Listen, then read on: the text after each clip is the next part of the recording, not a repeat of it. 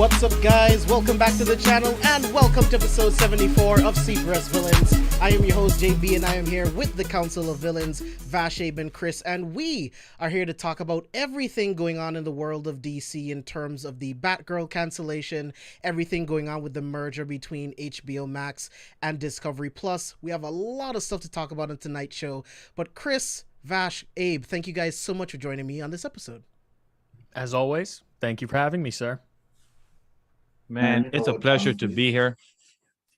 You know what time it is. You know how I love being on this show. You know what, especially because keep in mind, JB, we're supposed to be on vacation. We were supposed to be on vacation this weekend, but with all the DC news, we had to pull up and talk about it because we've been seeing a lot of people's hot takes and tweets and opinions, and it's like, all right, we're gonna have to discuss it because most of y'all, 99% of y'all is just talking out your ass. I'm gonna just say that right now, because some of the stuff y'all be saying, y'all just missing the bigger picture completely in the name of social justice, to be honest. But we really gonna talk about it. So I'm glad to be here. I'm telling you that right now. I'm glad to be here. That, and also if I may add, that this has been the most interesting week in the internet industry as the most recent, where it's like news just comes out, everyone wants to talk about it, everyone and their moms are talking about it, and it's very fascinating because over the past couple of years, I've never been so interested in what's next about the news, about this topic, or about this type of discussion, and it's pretty interesting because most discussions I wait to the final results, but over the past week, it's like everything is dropping, news things, new outlets, new rumors, and just random people saying random bullshit, like some random white chick. That's almost it. It's definitely been a roller coaster ride of emotions. Definitely, for sure. Yeah, man, and we're going to get into it. There's a lot of great stuff for us to talk about, but like Abe said, we almost didn't have a show this week. I was going to take the next 2 weeks off. There wasn't going to be a show this week or next week. I'm actually going to see The Weeknd with Mia next week. It's going to be fucking awesome. But there was just too much news that came out this past week, and just like, we got to do a show. This is the most notes that I've done for a show in a while. And you guys know I like to take I read a Tolkien novel or something.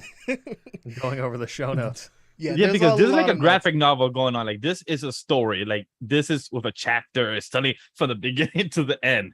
And you'd be like, so who's the bad guy? That's what most people is questioning. Like, where is the bad guy in this perspective? It is the most hilarious thing that, like Abe said, in the social media side, like, whose perspective is the bad guy? And I cannot bad guy Vash is Jason Clarke and Walter Hamada, obviously. Oh, definitely, for sure. But a lot of people don't like to realize that, and I can't wait for us to break that down. Yep, the bad guy is leaving on October 21st, and I can't wait for that to happen, but we'll get to that piece of news once we get to it. Well, let's start off with news topic number one. She-Hulk, real quick, the release date for She-Hulk was moved from August 17th to the 18th. So from now on, as soon as the show starts, it'll be released on Thursdays instead of Wednesdays like some of the other shows, which is fine. I don't see the difference within the day. Like, do you guys care? No, this makes perfect sense. The thing you're about to talk about next is Andor was also moved to September 21st, right? And I think both of these pieces of news are connected because a couple of weeks ago, when Obi-Wan and Miss Marvel were airing, Obi-Wan actually ate a lot of Miss Marvel's ratings. So I think Disney Plus probably saw that and they were like, we don't have to air everything on the same day. And that most likely resulted in these two shifts. I wouldn't be surprised. Like, I mean, I know the numbers suggest that, but we also know the other reason too why Miss Marvel had a lower viewership compared to its peers. But it makes perfect sense. And I always thought it was weird to double up. That's why when we were planning the topic of shows, I'm over here confused. Like, whoa, we got Star Wars and Marvel dropping the same day? Because originally Obi-Wan, the 2 episodes dropped Fridays. So on the first 2 episodes dropped on Friday, so we thought it would be an every Friday thing, and then they were like, no, Wednesday's like, oh, okay, but you have Marvel project dropping Wednesday, so to give it separate days, it just makes sense. I guess they thought that there would be a good contrast. You got Marvel, the Marvel TV show that's more of like a coming of age story with Miss Marvel, and then you have Obi-Wan Kenobi with Star Wars. It's a good contrast, and it keeps people on the platform. The longer you're on the platform, the better things look, right, to investors and everything. But like Chris mentioned, it aiding to Miss Marvel's ratings, right? So this is where we get this split, where we have Andor coming out in September 21st. So She-Hulk is pretty much going to be done by the time Andor comes out. So it's going to be, so it's going to be, you know, so I'm appreciative of the fact that they split it up. Like, this is way better. I will wait for Andor, but Vash, what were you going to say? Actually, Andor She-Hulk will have 2 or 3 episodes at the same time, because cool. It is because She-Hulk is 9 episodes, so right. And Andor is 12 or 13, and that same drop day of 21st will be dropping 2 episodes on there. She-Hulk is 9. Yeah, yes. There's going to be 4 weeks of overlap, a month of overlap, basically. Yeah, 3 or 4 weeks overlap. Why are we not discussing the 3 extra episodes after how much we clowned the 6 episode format? Because they don't know how long each episodes are going to be yet. One of 3 of those episodes could be 32 minutes. I've heard the first episode is 35 minutes. And when you take how Marvel's been doing things, it's probably going to be 10 minutes of credits. Right. So there you go. It's like a 25-minute episode. Yeah. And with rumors, me hearing as well that with the She-Hulk, it's gonna be like a 30 minutes each episode. That's the rumor, but I hope it's not. Never mind. No one will talk about it. They're trying to do like a lot type of episode, like each episode 30 minutes. But with the release dates, I find it very beautiful that they're finally trying to realize that they should not release their properties on the same day. Like, you guys have such a big platform, like Disney Plus. You have Fox, Marvel, Star Wars. Not everything has to drop on a Wednesday. You have literally 7 days of the goddamn week. You literally drop a content on a Monday, on a Wednesday, and a Friday. So as people that they know, everyone has life. People work. People do stuff. Why are you dropping it all on Wednesday? Like Miss Marvel and Obi-Wan, I watch both. Not because I'm a content creator as well, but also because I enjoy content. But at the same time, it feels overwhelming that you have to watch it all on the same day. But you watch one on a Wednesday and the one on Thursday. That's beautiful. Like, just leave Marvel content on Thursday and Star Wars content on Wednesday. Like, I feel like from here on forward, that should be the release date. Trying to move forward, not have both. That's a hope from what they learned, like James said, of Miss Marvel and Obi-Wan. They both probably was a contrast towards each other, but being such big content, they also probably hurt each other one way or another. Definitely. Yeah, so I'm excited for both of these series. Like, you guys know, I'm ecstatic about Andor. I'm all about like watching more of stuff with the Resistance. We could get some more planets in there. I would love to meet the new characters, whatever Stellan Skarsgård is doing. It's all, like, for the most part anyway, shot on location. So I'm very excited for it. Everything I see, it looks very cinematic and beautiful. So very excited for Andor, very excited for She-Hulk. Jennifer was one of my first comic book crushes ever. So it's like, I'm very excited. Tatiana Maslany is a gorgeous woman. She's hilarious. She's very attractive. So I know she's going to be awesome from what I've seen. I do want them to get a little bit, better with the VFX. By the time the show comes out, I'm sure it'll look way better. It's improved. Yeah. It's improved a little bit. A little bit, but I need it to look a little bit better, But very excited for both of these series. So let's get into this next portion. We're going to get into, this is all DC from here on out. So The Flash is finally ending with season 9. Earlier on in the year, we learned that Grant Gustin signed a 1-year deal for a max of 15 episodes for one more season. And then we got the news that The Flash was ending with this season. It's going to be 13 episodes long. And this is the official end to what we have come to know as the Arrowverse. Arrow, The Flash, Supergirl, Batwoman, Legends of Tomorrow, Black Lightning, they're all gone. They're literally all gone. And the only one that we have left is The Flash, and only for one more season. This is kind of crazy. I'm happy and excited at the same time. Grant Gustin put out a short video on his Instagram earlier today, and it broke my heart because he is such an amazing Flash. He is my Flash. When he was on Twitter, I tweeted at him and he actually liked it, and I fucking lost my mind. For you guys that awesome. know, the Flash is my second favorite DC character. So to watch Grant bring this character to life for 9 years has been amazing to me. But to watch the show go downhill for the past like 5 to 6 years has been fucking torture. And I am so glad that the show is ending, because in my opinion, it's already run its course. I've only seen the first 5 episodes of season 8. It's on Netflix. I haven't felt a single inkling to watch an episode. So it's like, at this point, I'll wait till season 9 is done, and then I'll watch it. I'll binge the whole thing, and then we'll do a review here on Villains, right? But it's like, I'm just glad it's coming to an end. It's the longest running Arrowverse show. I think it should have been done with 5 seasons. I think it went on way too long, but it's coming to an end. Vash, we actually did a season 6 review that's actually doing really well on the channel. But you and I love the fucking Flash so much. What are your thoughts on this news?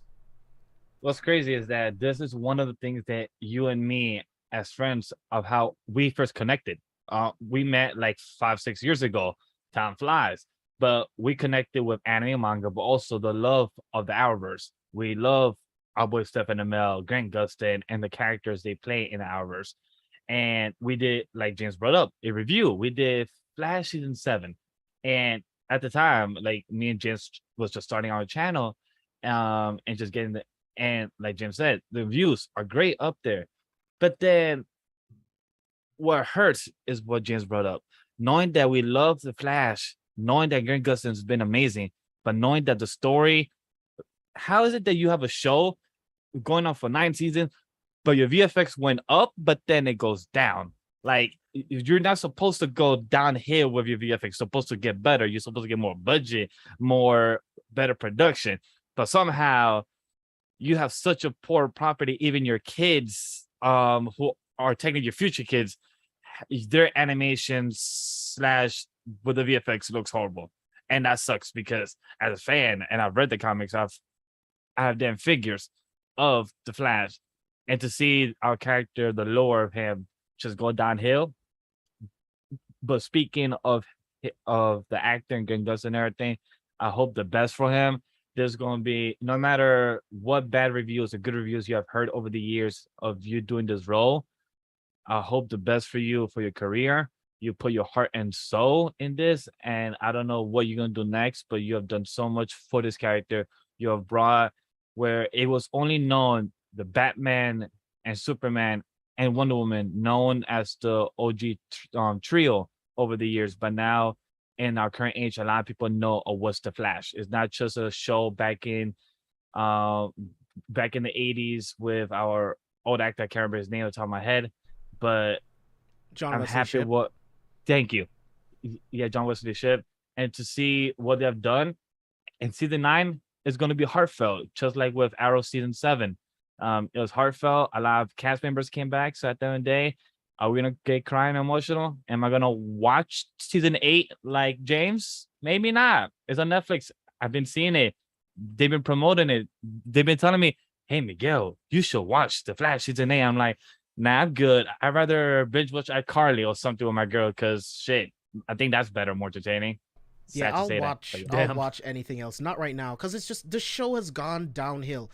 Again, and we'll talk about this a lot when we get into the other news. But the CW is only focused on being as woke as possible.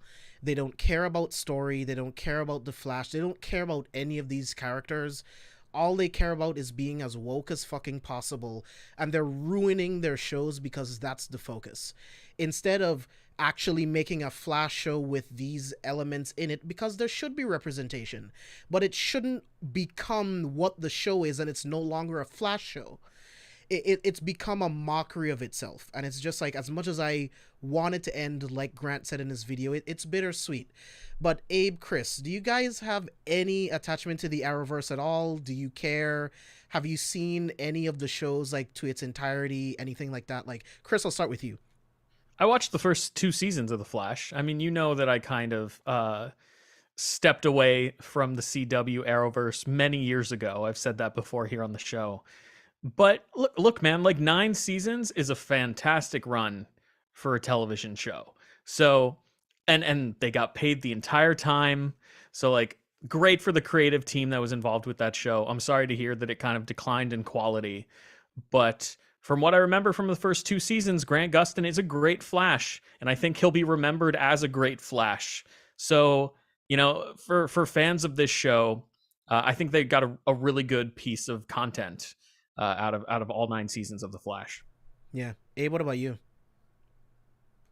Look, for me, I'm glad it's over. I'm glad it's over. Honestly, I remember in the beginning of the Arrowverse, Arrow was great. I fell off Arrow around season 5 or 6. I always plan to revisit it because it was a really good show. 5, 6, and 7 are fire.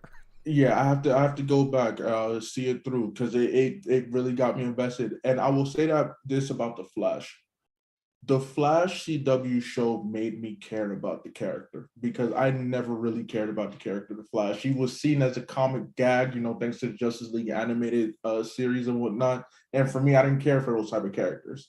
But watching CW's The Flash, especially the first 3 seasons, honestly, the first season had me like, oh, I got to put some respect on Barry Allen's name. And it made me go back to read his comics. And I'm like, yo, I've underestimated how good the Flash is as a character in his storylines, and I fell in love with the character. So the Flash did what it needed to do. But as typical of a lot of CW shows, that script writing goes down the fucking drain. Like you said, it went away from telling the story of the Flash. It became some sentimental, over-dramatic, teen drama type bullshit. That's what CW does. And I hated it. I dropped the Flash around season 4 or 5. I came back for the Cicada season, and I didn't even finish that one because I was like, all right, this isn't it for me. And Black Lightning, I love Black Lightning for the first 2 seasons. Well, for the first season, second season was like, third season was like, yeah, I'm done. They made Shorty a fucking green light crackhead, and I was like, I ain't with this shit no more. So I haven't even bothered watching season 4. Never will. Supergirl was always a tough watch. I tried to give that show 3 different opportunities over the span of its existence, and I keep falling off before season 2. It's rough. What other shows count? Legends of Tomorrow. I love Legends of Tomorrow. You know how I feel, JB, we've talked about this. I didn't like how they did my dog Vandal Savage, but Legends of Tomorrow really popped off, and I was like, yo, this is an interesting story to do with these other characters that, are important to DC, and you've given them their own space. But then eventually, I think I fell off when Damien Dark, Merlin and all them finally did what they needed to do with the Spear of Destiny. And then the Spirit of Destiny was broken. I said, you know what, I'm over it. So I have yet to see any of the CW Arrowverse projects completely through because writing is eventually what did it in.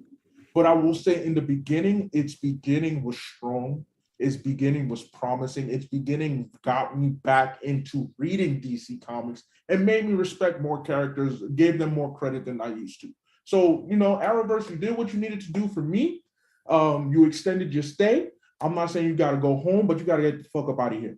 You feel me? So, bye. Yeah, man, it's sad, but again, I'm glad it's over. Breaking Bad, I always come back to this. Breaking Bad is one of the greatest shows ever made. One of the reasons why is because it knew when to fucking end. Yeah. 5 seasons of perfection, and then it was over. That's it. Like, these shows, they go on way too long, dude. Like, that's the problem, and then you're writing yourselves in circles. The problem with The Flash is that everything can be solved with speed, which is why they killed him off so early in the Injustice animated movie, because Barry could just fix everything. So there should have been a plan. 4 to 5 seasons, closed loop, and then it's done. You start with Thawne, you end with Thawne, you have some other villains in between. There should have been a 5-season plan, 13 episodes apiece. I would even push to 16. And then fucking end it. It's gone on way too long, to the point where the villains that he faces now, they have to make him old it so that he can't run, or a villain has to like put him to sleep so that he's not involved in the episode, and then Team Flash can do shit. They're just running out of fucking ideas to make antagonists for the Flash, and it's pathetic.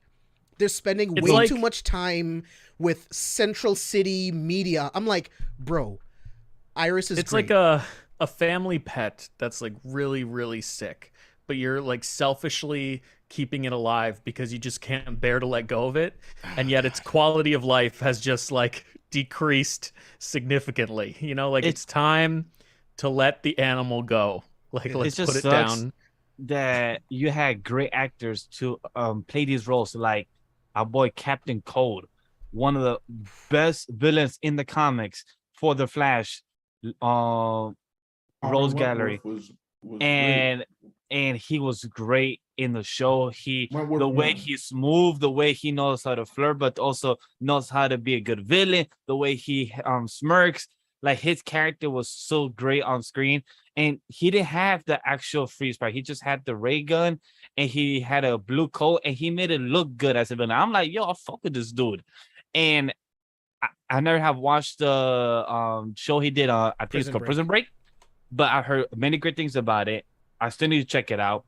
But it's just crazy. Like you have such good potential. You have such great potential, but you have never reached your potential, and that works for a Flash show type of reference, because you already had our boy Wally, many other characters that you were not used to their full potential. So that's the thing that it sucks to see. If they ever redo the Flash in the next 20 years on the movie, hopefully it's done more in a better team quality than just worry about the main cast. Like, I will still say to this day, motherfuckers, we're not Team Flash. Nobody's fucking Team Flash. There's only one damn person out here. It's called the motherfucking Flash. Dude, one person. When it's all said and done, we will have like probably a 4-hour long podcast talking about the entire show, because I have so much to say. I'm with you too. Yes. I've always hated the Team Flash, Team Arrow, Team Supergirl bullshit. I've always hated it. To catch up on the Flash to be on the show, do I have to? Yes, please. That's up to you. I would do it. James, I'm not going to do that. I'm not going to do that. Okay. I'm sorry. I will not force you. Put you through that torture. I might sit this one out. I don't know, because if I rewatch it, I'm going to want to gush about the first 3-4 seasons probably. But, Vash, you're right. I've seen Prison Break. Wentworth Miller, Dominic Purcell were great. So to see him again in the Flash and to play the characters that they played was really fucking dope. Especially their chemistry. It felt like their chemistry just fit so well together. It just gave me, it felt real, nostalgic, and so I appreciate it. We did get some solid acting from some solid side characters. I mean, when we look at Arrow, for example, damn near the whole cast until they got into the Team Diggle type John I was fucking with, we look at the Flash. Honestly, to be honest, it was his rogues villain, those actors that really did it for me, because I quickly got tired of Team Flash. I quickly got tired of Caitlin Snow. Quickly got tired of Vibes for real. How do you fuck up Vibe? He's such an interesting person. His powers are broken. He can literally go to the different dimensions of parallel world, but you fuck him up. They did their villains better than they did their heroes in Flash. Yes, I would say that. And that's, they didn't even do the villains that well. Like you mentioned, Vandal Savage. One was Vandal Savage has been conquering Earth from behind the scenes for literal millennia, and in the show, he's just a lovesick puppy that spent eternity trying to get this one chick. In the comics, he will kill his own kids. That's the only thing he's done. He's just trying to find this girl. And that's it. CW, bro. Like, they killed Vandal. They killed the Immortal. What? But anyways, this is an entire show. We can do an entire show on the Arrowverse. I don't want to waste any more talking about that. Let's move on to. I do want to say one thing, that the only show of the Arrowverse that did not get, it's still going on, is Superman and Lois. But the only reason it's not is because that is set in a whole different in a whole different world. Yeah, So that's our why John Diggle, that's why I good. didn't add it to this list. It's That's technically dope not to the see. Arrowverse that we know, so I didn't even bother putting it to the list because it's different writers, different showrunners, and it's actually a really good show. But we finally got confirmation that Lady Gaga is joining the cast of Joker 2 as Harley Quinn. I think this is amazing news. I think Lady Gaga is a really good actress. If you've seen A Star Is Born, she is fucking phenomenal. I haven't seen House of Gucci yet, but I've heard that she's the best part of it with Adam Driver in the film. So I'm very, very excited for her to be playing a version of Harley Quinn within the Todd Phillips Joker universe. I think this is going to be great. I think her and Joaquin Phoenix playing off of each other is going to be phenomenal. We've gotten confirmation that it's definitely going to be a musical-esque type film. We got an official release date of October 4th, 2024. Very, very excited for this casting news. Very excited for the release date. And as far as the musical aspects, I'm not the biggest musical guy, but if done right, I can get into it. So I think Todd Phillips is the guy. If he felt that this was the route needed to go, then I'm all for it. So Chris, starting with you, what are your thoughts on the official release date and Lady Gaga being confirmed as Harley Quinn? This is really exciting news. I'm pretty much going to echo most of what you said. You know, I think her playing against Joaquin Phoenix is going to be a lot of fun. I think she's going to make a very interesting Harley Quinn. And I can't remember if I mentioned it here on this show or if I mentioned it on my podcast, Popaholics, but the musical aspects of this film, I'm hoping that they only appear when we're like in the delusion. You know, like when we're in the shared delusion between the two of them, it's all songs. I think that'll be really fun. But whenever we're like in reality outside of the delusion, nobody's singing. But I can't wait to see what Todd Phillips does with a sequel to this movie. Joaquin Phoenix initially did not want to do a sequel, so I can only imagine that the script for this film must be phenomenal. That or they paid him an insane amount of money to come back and do the sequel. It's one of those two things, but I'm very excited to see what they do. I think it's both, man. I think it's a It great could be. script. He wanted to work with Todd Phillips again, and they paid him a shit fuck ton of money. But Abe, what are your thoughts on this? Look, I've actually still haven't watched Joker 1. That was on my list this weekend. But hearing that Lady Gaga was going to play Harley Quinn got me excited. The reason being is that I used to be an avid fan of American Horror Stories. And American Horror Stories was really good until, you know, it dipped off. And then, in my opinion, when it got to AHS Hotel with Lady Gaga, and I got to see her act, I was like, yo, she's the best part of American Horror Stories Hotel, in my opinion. She's the best part. Just her character, which was a vampire, she fucking killed. I felt it. I was like, yo, she should be in fucking vampire movies off rip. Like, bring her out, bring her through. She could get it going. So her playing a Harley Quinn, oh, yeah. I'm really excited for her take on this. And just her roles, like, you know, House of Gucci too. She's such an impressive figure. Like, you look at her and she just steals a room. She demands attention. You can't just look away from her. And for her to be Harley Quinn, of all people, if I wasn't ever planning on watching Joker before, and, you know, I'm in the same boat with you when it comes to musicals, but for this one, it's just like, she's a good singer too. So I'm here, you know. It's not like it's great casting. Crap music, you know. It's not like I'm not going to be able to enjoy myself.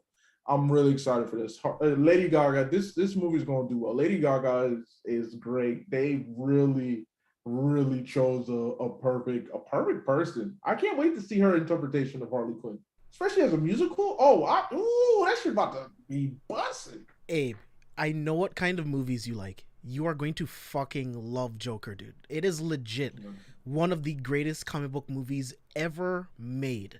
Joaquin Phoenix won an Oscar for it, and it was nominated for Best Picture. It also made over $1 billion. Yeah, dude. Yeah. It's insanely good. I think you're going to like it. And the score is ridiculous. Like, it's insane. I'm getting goosebumps just thinking about the score. But Vash, what about you? What are your thoughts on this? I guess I'm on the same boat with Abe. I'm glad that I'm not the only one because I'm not seeing Joker as well. And I'm I plan to. I've been trying. Hey, I got Rogue One down this past week, so I There feel we like that's go. a mission accomplished. Joker will get done sometime in the next few months, and maybe me and Abe and the crew will review it just to get it on the platform and everything. But me, I think I'm the most excited on the musical aspect because I love musicals, and the way I envision it, I don't know if everyone has seen Scrubs, but I think it was in season 6. There's an episode of a musical where one of the patient, in her eyes, in her perspective, everyone was singing and dancing, Right. but in the cast, everyone else, they were not. So that's the way I see it. I guess it's very similar to what you're saying, Chris, that for Harley and for Joker, they will be the ones in their mind dancing, singing, doing all the chorus, but then to everyone else, they're just doing regular stuff. Mhm. So that's the way I envision it. And I love musicals. I love High School Musical, High School Musical 1, 2, and 3. I still would tell people they're great films, even though they were made by Disney at the time with people that were in high school, even though they were 25, 27 years old, trying to act like high school. And I love The Greatest Showman, La La Land, even though a white boy did jazz. Everything in the musical genre I enjoy and love. So I can't wait to see what type of spin they do with the Joker and Harley on the big screen. So I'm very excited and thrilled to see what happens. Yeah, man. I fucking love that movie. Like we have a podcast episode up on the Careful for Spoilers feed. Check that out. In-depth review on Joker. Is again one of my favorite comic book movies ever made. When it was released, it became my favorite comic book movie ever made. I fucking love that movie so much. Like Joaquin Phoenix just like transforms like he always does. The dude is an absolute fucking genius. All right, so Question: do you guys think we will get Poison Ivy in that movie with Probably not. the most recent things that's been going in the comics and her I relationship don't think and Todd everything Phillips going? is interested in doing anything supernatural with Okay. Yeah. with those films. Yeah, Okay, and I was just curious about I that. think it's clear it's gonna be like a Joker and Harley type relationship thing for sure.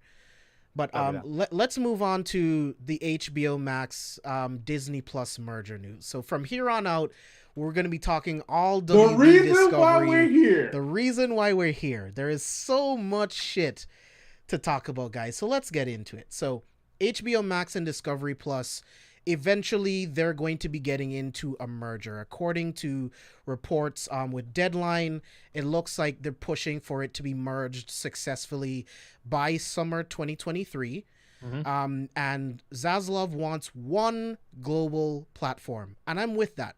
I think as a company, you should have one platform with everything on it. Everything from HBO, everything from WB, fucking everything all on one platform. It makes sense. It never made sense to me that there was like HBO Go, and then there was another HBO some shit, HBO Now. It was all nonsense, right? We need one singular platform.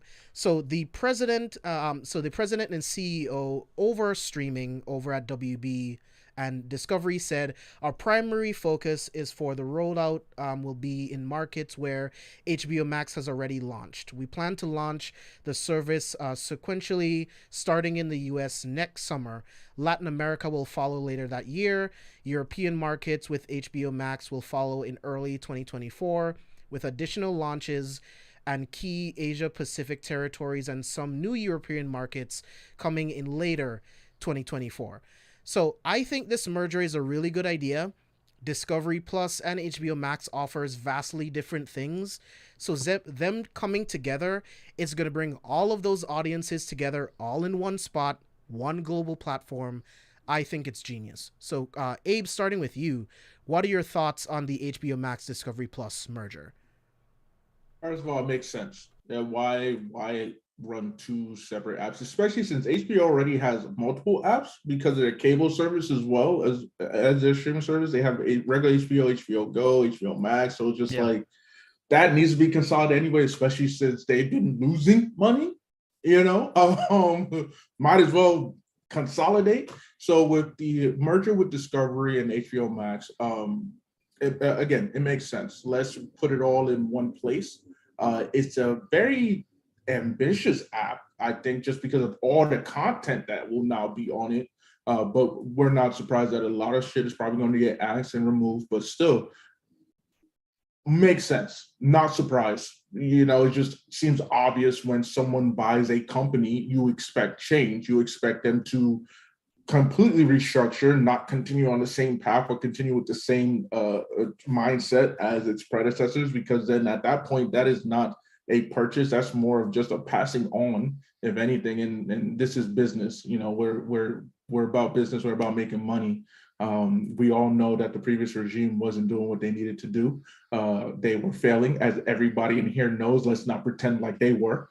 And now we get to see, hopefully, the birth. And I'm not talking about the rebirth, because there was no rebirth. There was no initial birth of anything promising. Now we get to see the birth of a possible cohesive and not just in terms of DC Comics, but in terms of everything that is meant for this project, especially for HBO, because Batgirl was not the only thing that was canceled. There was other things that were canceled too. So we want to see quality, good content on our TV screens again. Why not? Why not? So I'm here for it. Let's see what happens. Let's see how this streaming app shakes. Chris, what are your thoughts on this? Because this also comes with some shows not returning as well, like Abe was saying. So what do you think about this? In the long run, I agree with Abe. I think it's a very smart idea. The company as a whole, Warner, WB Discovery lost $1.5 billion last quarter from their streaming division. So they are in a significant financial hole, and consolidating these companies, like Abe said, unfortunately results in a lot of lost jobs as well. That's the tragic part of this whole thing taking place. But in the long run for the company, they can finally start to rebuild and try to recoup some of the money that they need to. Vash? So as a person that's trying to build his own business, his own brand, I get it. Where they're coming from with the merger, with Discovery Plus. But getting rid of HBO Max is just, I'm on the flip side, because I feel like, to be honest, out of all the years, I never heard of Discovery Plus. I probably have seen ads, but I don't know much of it. So to merge two, where half I don't really care about, HBO Max, since it's been out, I'll be honest, I've used it more or as much as I use Crunchyroll or Verve. I also use Netflix and other streaming apps. But with Disney, Disney Plus has their own app, but they also have Hulu. They literally own most of the shares of Hulu. And they also most of the shares of ESPN. But they have a bundle for all three. Why can't they do the same thing for HBO Max, HBO Go, or with Discovery Plus have a bundle to like Disney? If they do that, yes, they could say that they're copying their style, trying to have a bundle instead of trying to make a whole new thing. That's the way I see it. I feel like it's much easier when you already have these streaming service here and launch, and people already have accounts and everything. Wouldn't it be much easier to have a bundle where everyone could use these apps that you already have installed and up there, instead of making a whole new software or user insisting? Because I think they said that they're going to use the same interface of Discovery Plus, but then just reshape it for HBO Max because of the tech or stuff like that. They said it's much better. If that's the case, I feel like just make a bundle for it where, like Abe said, HBO Max has a hub of all different apps, with DC, Warner Bros. And movies and everything. Just add a hub as well for Discovery Plus. That's what I see. I find it easier. I don't know if you guys agree or disagree with me. So, see, James, you want to go? I was just gonna say real quick. So, like, I hear you, but it's just like, let's use Disney Plus and Hulu as an example right now, right? Okay, yeah. We with Disney Plus, with the recent addition of Deadpool, Logan, we now have R-rated properties on Disney Plus. This now renders Hulu absolutely fucking useless. So even though you have a bundle Why would I want to go to 2 different apps to find a certain show when you can have, in Zaslav's words, one global platform? And much like HBO Max, if you just scroll to the bottom, you can click on Cartoon Network, you can click on Crunchyroll. So you can just do that. You have one app, and then there's an area where you click on one thing and you only see the content from Discovery Plus, or you only see the content from HBO. I think that makes more sense than making a bundle where you would use the same login, which becomes cumbersome, actually, because we had issues with it. I was locked out of my Hulu account for days. Yeah, I remember. Because my ID changed because it had to be the same login as my Disney Plus account. Now, of course, when you merge, if you wanted to use the same login, similar issues can happen. That's fine. But I think you should have one platform, because it makes no sense. I'm on Disney Plus, but if I want to watch Superstore, I have to go to Hulu. That makes no sense. Disney Plus already has R-rated content. Jessica Jones has full-on sex scenes, bro. It's all out there. Yeah. So it's like, now that that's happened, Hulu is absolutely fucking useless. So why am I using 2 apps? I'll be honest with you too. Hulu is the streaming platform that I own that I least use. And the only reason I still have Hulu in the first place is because when I was in high school, Spotify used to have a bundle with Hulu, where if you get the Spotify Premium, you also get Hulu all tied in one, and it was for a low price at the time. You know, this is when Hulu, I'm talking OG Hulu, where if you actually paid for a subscription, you got no commercials before they were like, all right, you actually got to pay a higher price now for no commercials. So already, I've had my Hulu for years, for at least a decade, and I don't use it. So when Disney Plus came out with the bundle, I was like, why? I'd rather just get Disney Plus. I don't need this bundle. I don't need Hulu. I don't even use it in the first place. There's not enough content there for me to really fall in love with using it all the time. The only reason I still have it is because it's part of my Spotify. And I love my Spotify Premium. If I didn't have Spotify Premium or any need of it, I wouldn't have Hulu, and I'd be fine with it. You know, now that being said, I know Prey movie just came out, and I plan to watch that tomorrow on Hulu, and I am glad that I still have it. But ultimately, it just seemed dumb for Disney Plus to have 3 whole apps. You got the ESPN Plus app too. I don't even use ESPN Plus, baby. We don't need that shit no more. And then, like, it just seems stupid. So again, fucking consolidate. Disney can get away with it because Disney has Disney money. All right, Zaslav is coming with his Discovery money, and he's realizing that Warner Brothers was supposed to have money, but Chris, how much did they lose? Like 1.5 billion? 1.5 billion. Oh, okay, that's what you billion. He purchased. Billion, yeah. He's in the negative. He's in the negative right now. He got a hole to dig himself and his new company out of. I need people to understand that at this point, this is all about business and having profits. Oh yeah, 1.5 billion in losses. You ain't wrong, and I'm not disagreeing with this. Any one of you who were if any one of you owned a business and you had 1.5 billion in losses, I'm looking at you and I'm like, oh nah, you are not trusted to make any business decisions around me, because what the fuck is this? You losing this much money? I thought you was on top of the world. I thought you was eating. What is this? I would look at you like, nah, this ain't your calling. I need you to sell this shit for whatever you can get and get up out of here, because you killing this shit. It confuses me. You're legitimately killing this business. It confuses me how these people get these jobs, bro. Because it's like, the 45-day window sounds great, but you're losing hundreds of millions of dollars that you could have made with the film still being in theaters.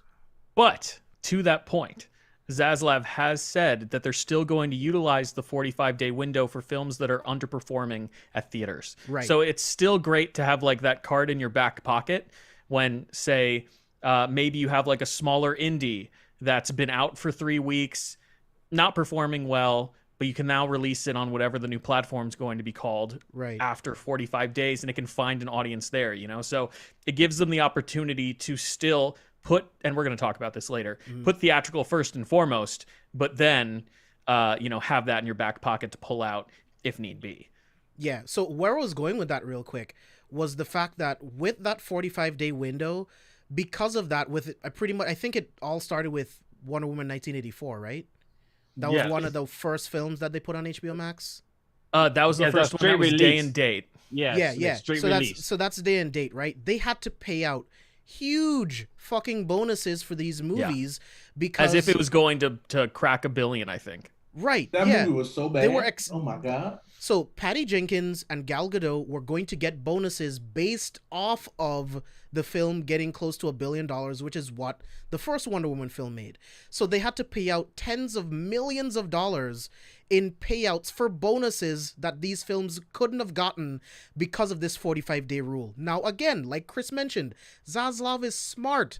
For films that are underperforming, why continue to split costs with the theaters when you can just put it on HBO Max when it's not making any more money anymore? And now it's on your platform that people are paying for, and it all goes to you. And like Chris mentioned, again, we'll get more into that when we talk about embracing theatrical. But Vash, what were you gonna say? No, like I agree with where you guys come from. It's just more is that knowing that they're gonna be on a bundle. When the way they market HBO Max type of content and then Discovery Plus type of content saying it's male, female, like that's more is what gripes is like. You guys think is more of a demographic, knowing that HBO Max had Emmy nominations for a show called Euphoria when it was a whole type of female lead, and you're saying that it's a male content when knowing that had nominations for Emmys and it was trending every Sunday, and you're saying that this is a male type of content for a whole streaming platform. Like those are things that bother me that were said, but I know we're going to discuss more because I feel like Zah needs like a person to tell him like this is what you should say, this is what you should not say, because there's some things that he should word better is what I feel like as well. There are dangers to that, in that if they believe HBO Max, or at least the content that was on HBO Max, is male skewed, then they might be hesitant to greenlight projects that could appeal to a broader scope of people. Agree.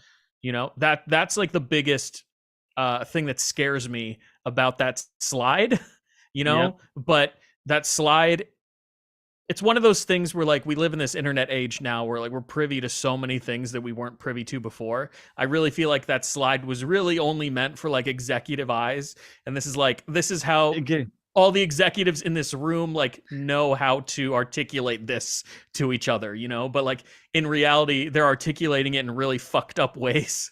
Yeah. Like it's so simple terms that it's good, simple, but not good for the explanation simple, if that makes sense. It's like you guys explaining it, but not in a good way. Like we get where you're coming from, but you should not be saying that publicly. Right. Yeah. So that's the only thing that scares me about that slide. But yeah, you know, fingers crossed, hopefully things don't pan out that way. Yeah. I'll be optimistic about it. We'll see where it goes. I'm gonna pair these two next topics because I think they kind of roll directly into each other. But so Zaslav says we're gonna fully embrace the theatrical, and this is what he says, and I love that he kind of throws shade at Hamada and the old team. But we have a different view on the wisdom of releasing direct to streaming films, and we have taken some aggressive steps to course correct the previous strategy. I fucking love this because I think Hamada's an idiot. I think his team are fucking idiots, and they were running DC into the fucking ground. So the other part of this was that Zaslav has a 10-year plan. I quote from the rap, you look at Batman, Superman, Wonder Woman, Aquaman. These are brands that are known everywhere in the world, and the ability to drive those all around the world with great stories is a great opportunity for us. We have done a reset. We've reconstructed the business. We're going to focus where there will be a team with a 10-year plan focusing just on DC. That's the most important piece, the team. The team, yes. The team with a 10-year plan. Trying to hopefully it's not all white dudes. That's my one like disclaimer here. Just put some POC, you know, one Asian, a black, a Spanish, you know, whoever mix up the genders a bit too, you know, let's get some different perspectives. Yeah. Whoever is right for the team is right for the team. Like I'm not about just trying to like fit people into places because we need POCs. Whoever's right for the job is right for the job, in my opinion. Yeah, of course. And then his whole thing is that the plan is inspired by what Bob Iger and Alan Horn did, that Kevin Feige's adapted, which is the MCU model, which is interesting now that Alan Horn is consulting with the DC properties over at Warner Brothers Discovery. So this is all good stuff. This all sounds great. We have a 10-year plan. He's talking about how, we're focusing on Batman, Superman, Wonder Woman, Aquaman, these great titles. We have this plan for 10 years. They could be releasing 2 films per year. I think 3 films per year might be a little bit too much. So that's a lot of movies. That's a lot of storytelling, right? And there's definitely going to be some kind of reset after the Flash movie happens. So this all sounds amazing. They have a plan for the theatrical. They want to make films that look great on screen. They want to get people out to the theaters, getting people back into the theatrical experience. And I think this all sounds great. And we'll break this down even more as we move on. But Vash, starting with you, what are your thoughts on Zaslav's 10-year plan and his plan to stay theatrical, making that the focus? So I'm gonna go first with the first question. For the past 74 episodes of the C4s of the Villains podcast, whenever we break a coverage story of Warner Bros. / DC announcing a property, and we have always said, do they got a plan though? Why are they announcing a static movie? Why are they announcing this? What is it? Is there a reason? What's the point? That has always been our comments, but never actually dare to have a plan. They always say, "Oh, we want to announce this, greenlit this. We are in pre-production. We have a script." But then they're like, "Where the fuck y'all going?" Yeah, say, "Yeah, I want to be like Marvel," but where is your clear direction? Are you guys gonna have like a saga? Are you guys gonna have a phase? Are you gonna have Earth 1 Prime? Where's the point of this? And this is the thing that makes me most excited. He actually said, like, guys, yeah, old heads don't know shit. Yeah, just kept greenlighting. Yeah, never actually had a plan. You guys want to make like a BVS Zack Snyder stuff, but yeah, Firehand, this happened. You guys don't have clear direction. And I'm happy when you said that he has a 10-year plan and he's inspired by Marvel. Every goddamn company has said, "Oh, we're inspired by Marvel. We're gonna make a Monster Universe." Fail. We're gonna make a Power Ranger universe. Fail. Instead of saying what you want to do and announce it and then shoot yourself in the foot, I'm happy he's saying, "All right, guys, we're gonna make a 10-year plan," but they're not announcing it yet. They're gonna discuss with their board meeting, their people, and say, "Okay, this is what we have in slate already: Black Adam, Shazam, and the Flash." I don't know why. But we're gonna do these type of things in the future. Now, what can we do after this? Who can we cast? What's next? Are we gonna have a sequel? So I'm very happy that he has that. With the theatrical, I'm happy that he's gonna go big, but I also hope that he doesn't shoot too far, because at the end of the day, we're still in a pandemic. The government of the world has never said that our pandemic has happened or closed down, and there's new virus still going around with the current one. So at the end of the day, I'm happy you're still going theatrical. I love films. I go there. I work in the industry. But at the end of the day, people also now with this past pandemic, people like to be home, also watch their own films in the home.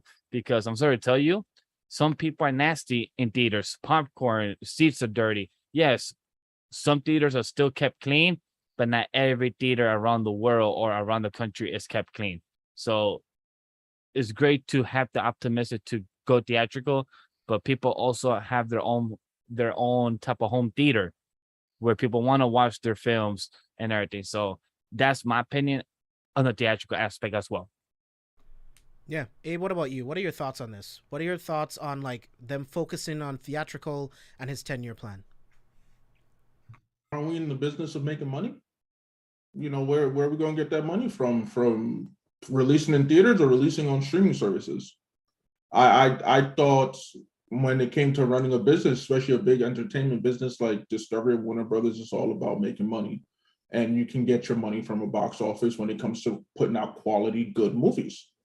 So this only made fucking sense to me. I mean, it was a no-brainer. like you guys mentioned, Chris, like you mentioned, there are certain things that, as they said, case-to-case basis of that 45-day window. If it's not doing so well, put it on streaming services, because maybe then it'll do better. But at least start.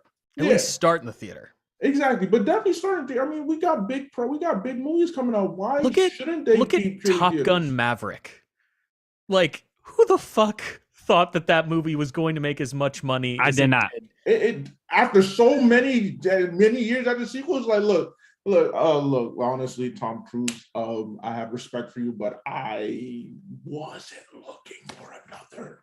What if WB has a Top Gun Maverick that they think is going to underperform, and then they put it in theaters, and they're surprised that it's like making way more money than they expected it to? You know, exactly. Chris, quick question: how much money did they lose? Warner Bros. You said 1.5, right? 1.5 billion. Top Gun Maverick almost made what they lost. It made 1.24 billion. Top Gun Maverick made almost what they lost. Because we are still in pandemic. During the pandemic. So from the April release, I don't know if it's still like in theater in some parts of the country, parts of the world, but in the past 3-4 months, it has made 1.24 billion. It's only shy than less than 3 billion away from what they lost. That's fucking wild. I just want to point that out there. It's crazy. But at the same time, it's just like, yo, how many times have we critiqued DC in order to elevate Marvel for having a 10-year We would be drunk. You know, how many times have we been like, yo, DC, look at what Marvel's doing. They took their time. You guys are rushing it by going from BVS to Justice League off rip. Like, you guys are rushing it. Y'all not taking your time. I started this channel talking about DC not getting their shit together. Yep. James has a rant of a 10-minute video doing that. We have a leader who's coming in and saying, look, I mean, mind you, Chris, during the pre-show, you said the only biggest negative about this is the PR nightmare that it has been, with some of his comments being a bit too harsh, especially when, you know, we get to talking about Batgirl. Some of the stuff could have been worded differently, but at the same time, hello, it seems like this man has a great idea. And to bring in Alan Horn as a consultant, it's like, yo, genius. He looked at what Marvel did. He said they did something right. And what did he say in his earnings call? We can be better, more sustainable. First of all, as fans, we should love to hear that. Agreed. We should fucking love it, because now we get to see competition. Well, when it comes to just everything about business, you know, for those who play games, you look at NBA 2K, for example. Madden, those games get boring because they have no competition. They don't have to improve. Now, when it comes to the MCU, some people feel differently about the MCU. Some people don't feel it's been as strong as it should be. And there's been legitimate criticisms, even from this show, when we've covered some of the Phase 4 products, but we still enjoy it. But at the end of the day, do they have competition? No. Not really. Not really. So now you have DC, who has been their comic book rivals historically, trying to get their shit together. The distinguished competition. 19. Yes, the DC. They are. Stanley used to refer to them as the distinguished competition. And now, as fans, we're upset. We're disappointed. Like you said, we're the PR. saying, oh my goodness, they don't know what the fuck they're doing. They stupid. Hey, hello? We're about to enter an era where DC is going to hit us in the mouth with some solid content, because I believe I actually have, you know what? I have positive optimism. I am optimistic about what is going to happen for DC, for the DC Extended Universe. I really do. So I really believe they are going to hit us with some quality shit that's going to have a lot of you motherfucking naysayers be like, oh, you know, yeah, I was always on board. Nah, I've seen y'all motherfucking tweets. I know for a motherfucking fact y'all was talking all that shit, saying all that you had to do, not believe it. Saying, you know, but I hope. Nah, don't play coy now. Don't play stupid now. Don't switch up now. Keep that same motherfucking energy. But they're going to hit us with some quality content. And what is that going to do for Kevin Feige and them? Because one thing about Kevin Feige that I feel like, and you know, I've never talked to him, this is all my pure speculation. I believe he has a competitive spirit. So I believe if he sees DC starting to, and people are like, hey, yo, we bringing back up the DC Marvel conversations, and now we can actually have a worthwhile debate rather than like, yo, Marvel's killing DC. Like the only thing DC can say that they killing shit is in that animated shit. And like at the moment, not many people care about the animated shit. Like, come on now. But now we're gonna see DC Extended Universe start to put out content. I feel like that only makes the MCU get better. Because they're gonna be like, all right, look at what they're doing. We can come harder too. Competition is always great. Competition is always great. So I'm here for this 10-year plan. I'm here for it. Like Abe said, like Abe knows in sports, competition is good. Competition makes people hungry and do better. So that's probably what Zal is looking for. He's hungry. He wants the thing he just bought to make money back in return. They lost money. He wants to do better. He knows what DC could bring to the lights, to people. He knows the 80 years of damn comics, and the company has not been doing much with it. Like, how is it that you have actual successful TV shows like Peacemaker and other stuff, but not actual successful live action films? Like, make it make sense. So he's actually doing something optimistic for the company, for the property, but people are...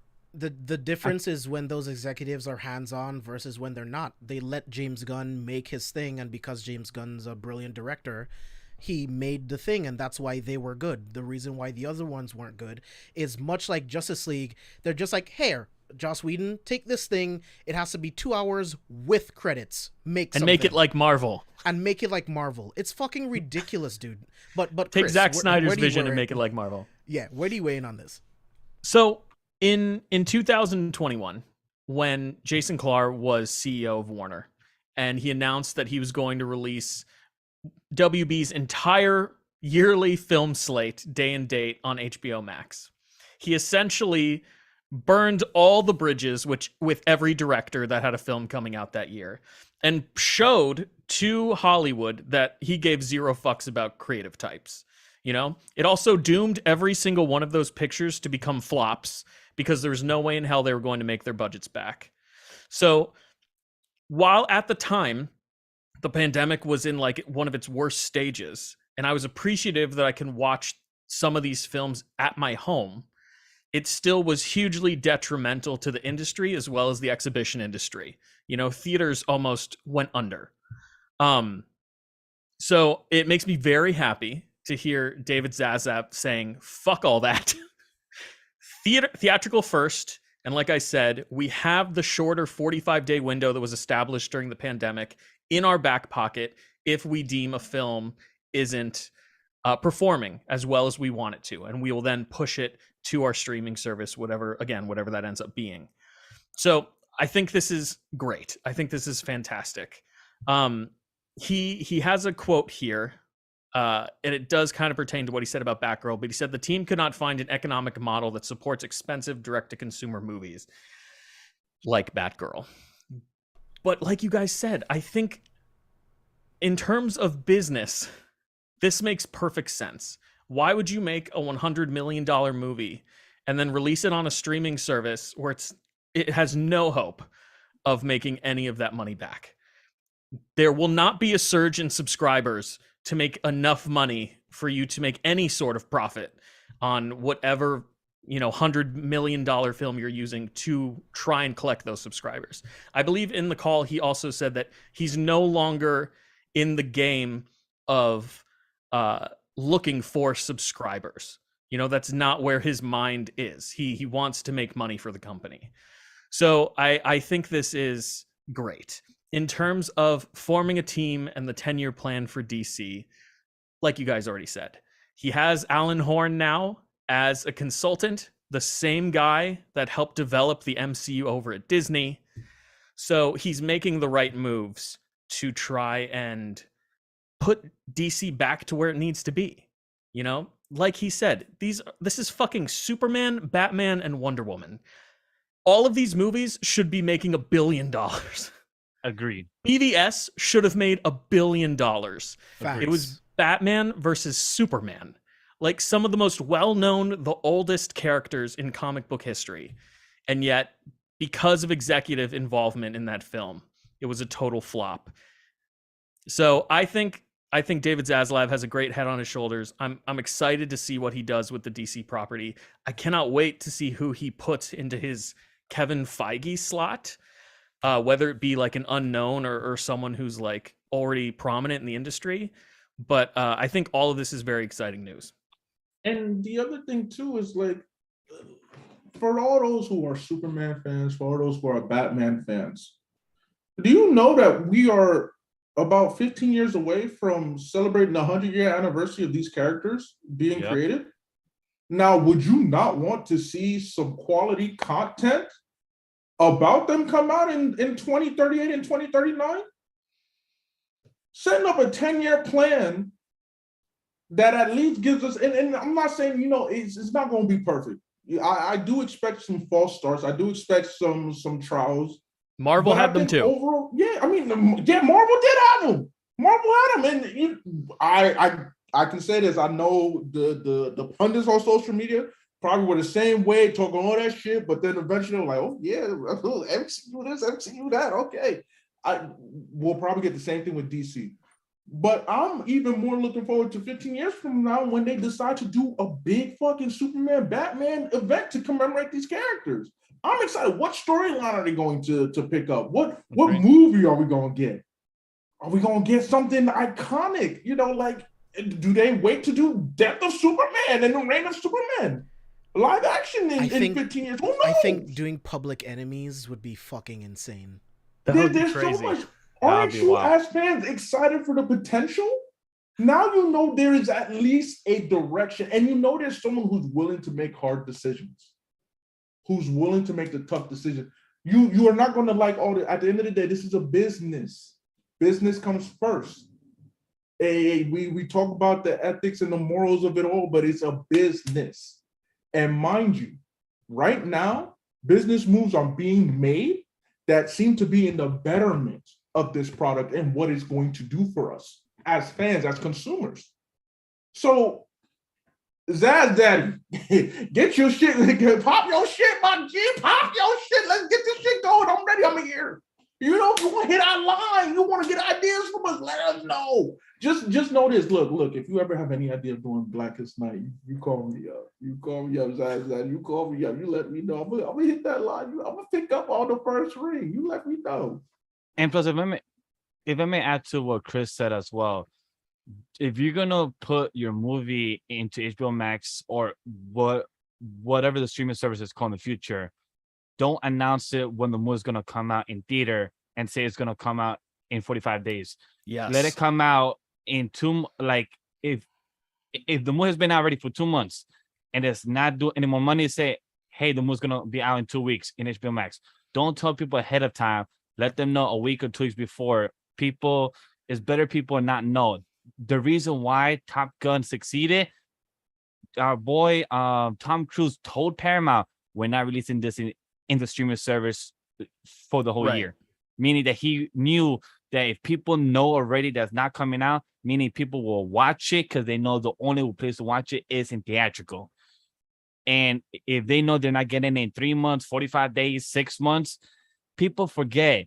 We didn't get Blu-ray DVDs of movies until almost a year later after it's been out in theater. This was about 10 years ago. I used to have to wait to buy a movie that I wanted to rewatch until a year or 9 months, almost 2 years later.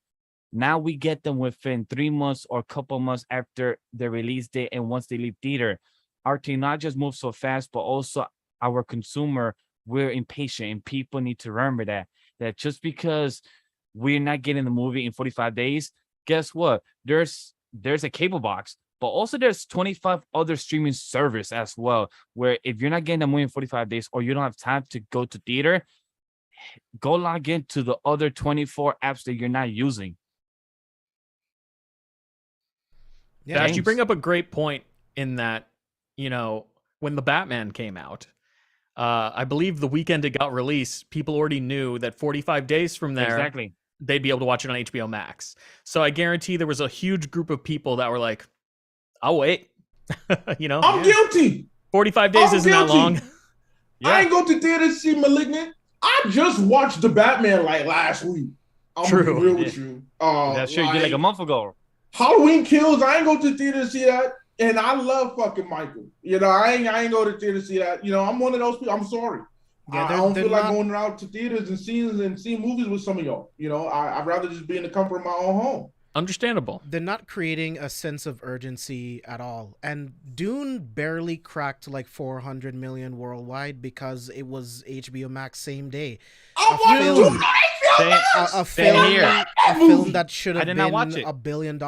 I watched Dune for the first time on streaming, and then I saw it in Dolby in theaters. And that's me. Other people, they're not going to the theaters after that. So a film like Dune that should have made close to $1 billion didn't. It made like half that. So it's like you're losing hundreds of millions of dollars by, like you and Chris said, Vash, by telling people that it's going to be on HBO Max in 45 days. That's terrible marketing. Don't tell people that.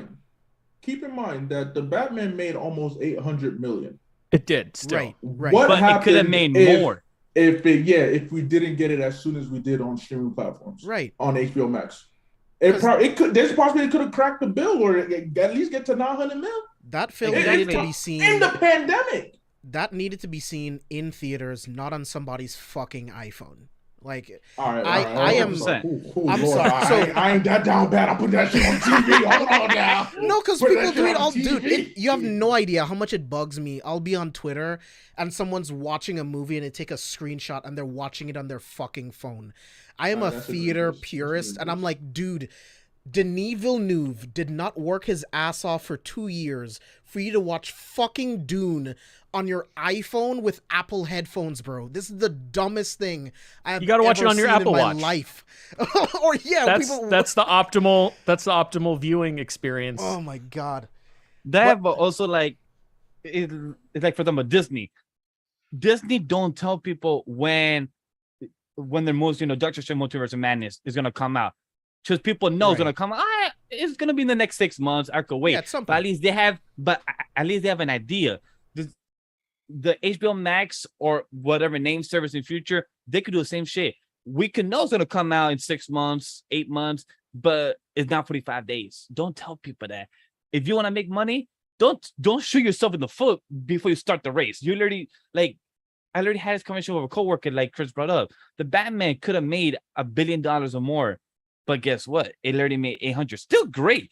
Any property would be happy to make $800 million. I'm not taking that for granted. But for the word the Batman or the Batman character name on the big screen should be making and breaking $1 billion. So when it does, it's like, what happened? Yeah, shot yourself literally in the foot. One last thing on this, like, streaming versus theatrical, like, look at something like The Irishman on Netflix, right? Mm-hmm. This was when Netflix was just trying to get more notoriety when it comes to films. Studios didn't want to give Scorsese the money, right? Because they knew that to have something with a budget of over $200 million, like, how much money is this really going to make theatrically? And Netflix took that on and put it on a streaming service. Now, was it Oscar nominated? Yes. It did have a limited release in theaters. True, yeah. So it's just it could be eligible for Oscars. Yeah, it's all tricky. It's all tricky. You never know, but I am with Zaslav. Theatrical first. That is the way you need to do it, and then you drop it on. So let's get into like the more nitty-gritty stuff here. So let's get into it. We've been alluding to it this entire episode. Let's get into it. Batgirl officially gets the axe. Completely canceled. It won't be released in theaters. It won't be released to HBO Max. Now, this is a film that costs anywhere between 70 and 90 million for the production budget. It was directed by Adil El Arbi and Bilal Fallah, who did 2 episodes of Miss Marvel, and also the first directed, one and the last one, I think. Yeah, and also directed Bad Boys for Life, which I was not happy about its announcement, and then it turned out being maybe my favorite Bad Boys movie. I absolutely fucking love that film. Really? Yeah, I love Bad Boys for Life. I thought it was awesome. I haven't seen it. Wow. It was written by Christina Hodson, and of course it stars Leslie Grace as Batgirl, Michael Keaton as Batman, J.K. Simmons as Commissioner Gordon, Brendan Fraser, guys, was going to be fucking Firefly in this movie. Yeah. This tears me apart. Now, we know that Batgirl got axed, and based on Zaslav's comments, and we're going to get into those in a few, it just wasn't worth being released in theaters, right? And we got some reviews from like some test screenings that came out, and we're gonna break all of this down, the test screenings, the statements, all of it. So starting with the New York Post, according to some sources to the New York Post, the test screenings were so poorly received that the studio decided to cut their losses and run for the sake of DC's future. Collider, they had a source that told them that people saw Batgirl. They said it was a huge disappointment. The costumes looked cheap, especially Keaton's Batman costume, and they figured WB would dump it on HBO Max, but it looks like it'll never see the light of day. A former editor at THR, they said the word for a while has been that Batgirl was beyond salvageable. The question of it would do more harm than good to the brand. It's crazy that we got these like comments from these test screenings, right? Someone from a source from Deadline. There has been so much speculation on the way Batgirl was canceled, having to do with it being a bad movie. Our sources say that the film tested once and the film wasn't that bad, right? So these are not glowing reviews from test screenings. Wasn't that bad at all. Just saying that it wasn't that bad, right? This sucks. But the test screenings, that doesn't sound good at all, right?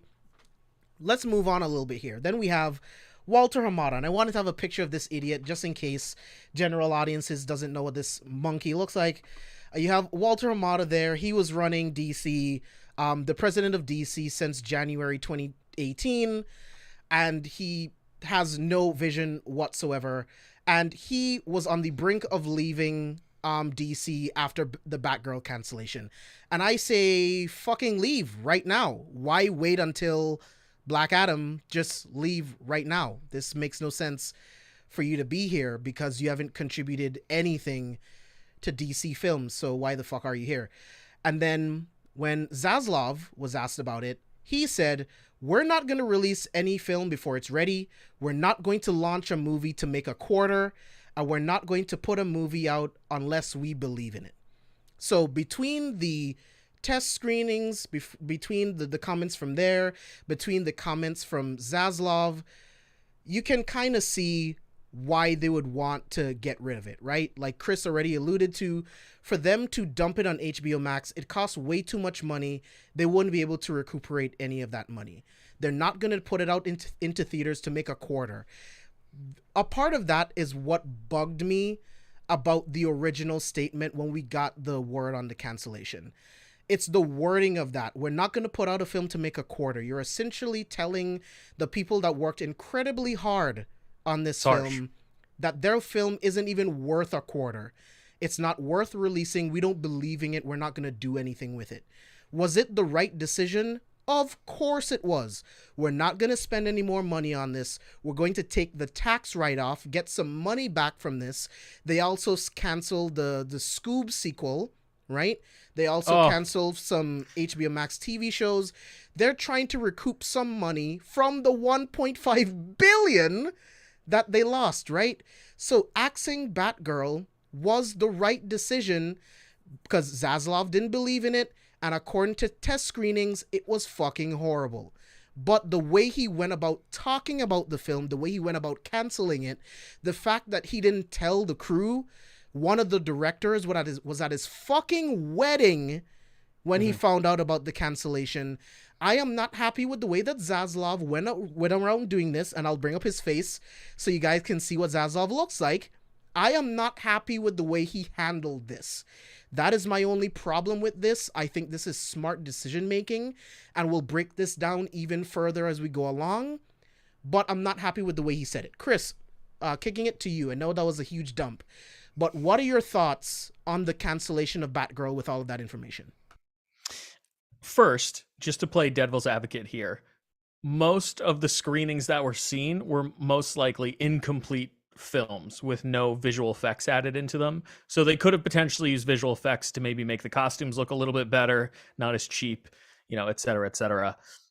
But Yes, I agree with you, James, that he could have handled the situation a little more tactfully, but because they're in such a financial hole and because they're trying to improve the opinion of the DC brand in the public eye, if they're looking at a film and they're saying, I don't think this is up to par with our new standard. And keep in mind, Batgirl was initially meant to be a straight to HBO Max streaming movie anyway. Like when the directors were making it, they knew it was straight to streaming. So I really do believe this is the right call. If they can recoup some money by taking a tax write-down on the film instead of releasing it publicly, I think that's what they should do. Does that suck for the creative teams and the actors and everybody that put their blood, sweat, and tears into the movie? Absolutely, 100%. And my heart goes out to those people. That must be heartbreaking. I can't even imagine. But again, in terms of business, this is the right call to make. Now, I also understand because the internet, as we saw, went into a fucking uproar when they saw that Batgirl, and as Abe alluded to earlier, was getting canceled. And I also understand where all these people are coming from. You know, big Batgirl fans that were finally going to get a Batgirl movie. My heart goes out to you as well. Like, it's disappointing to get excited about a project and then see that project is taken away from you, especially once you realize that because it's taking a tax write-down, they are not allowed to make any type of revenue on this film ever, meaning that this thing goes into a vault.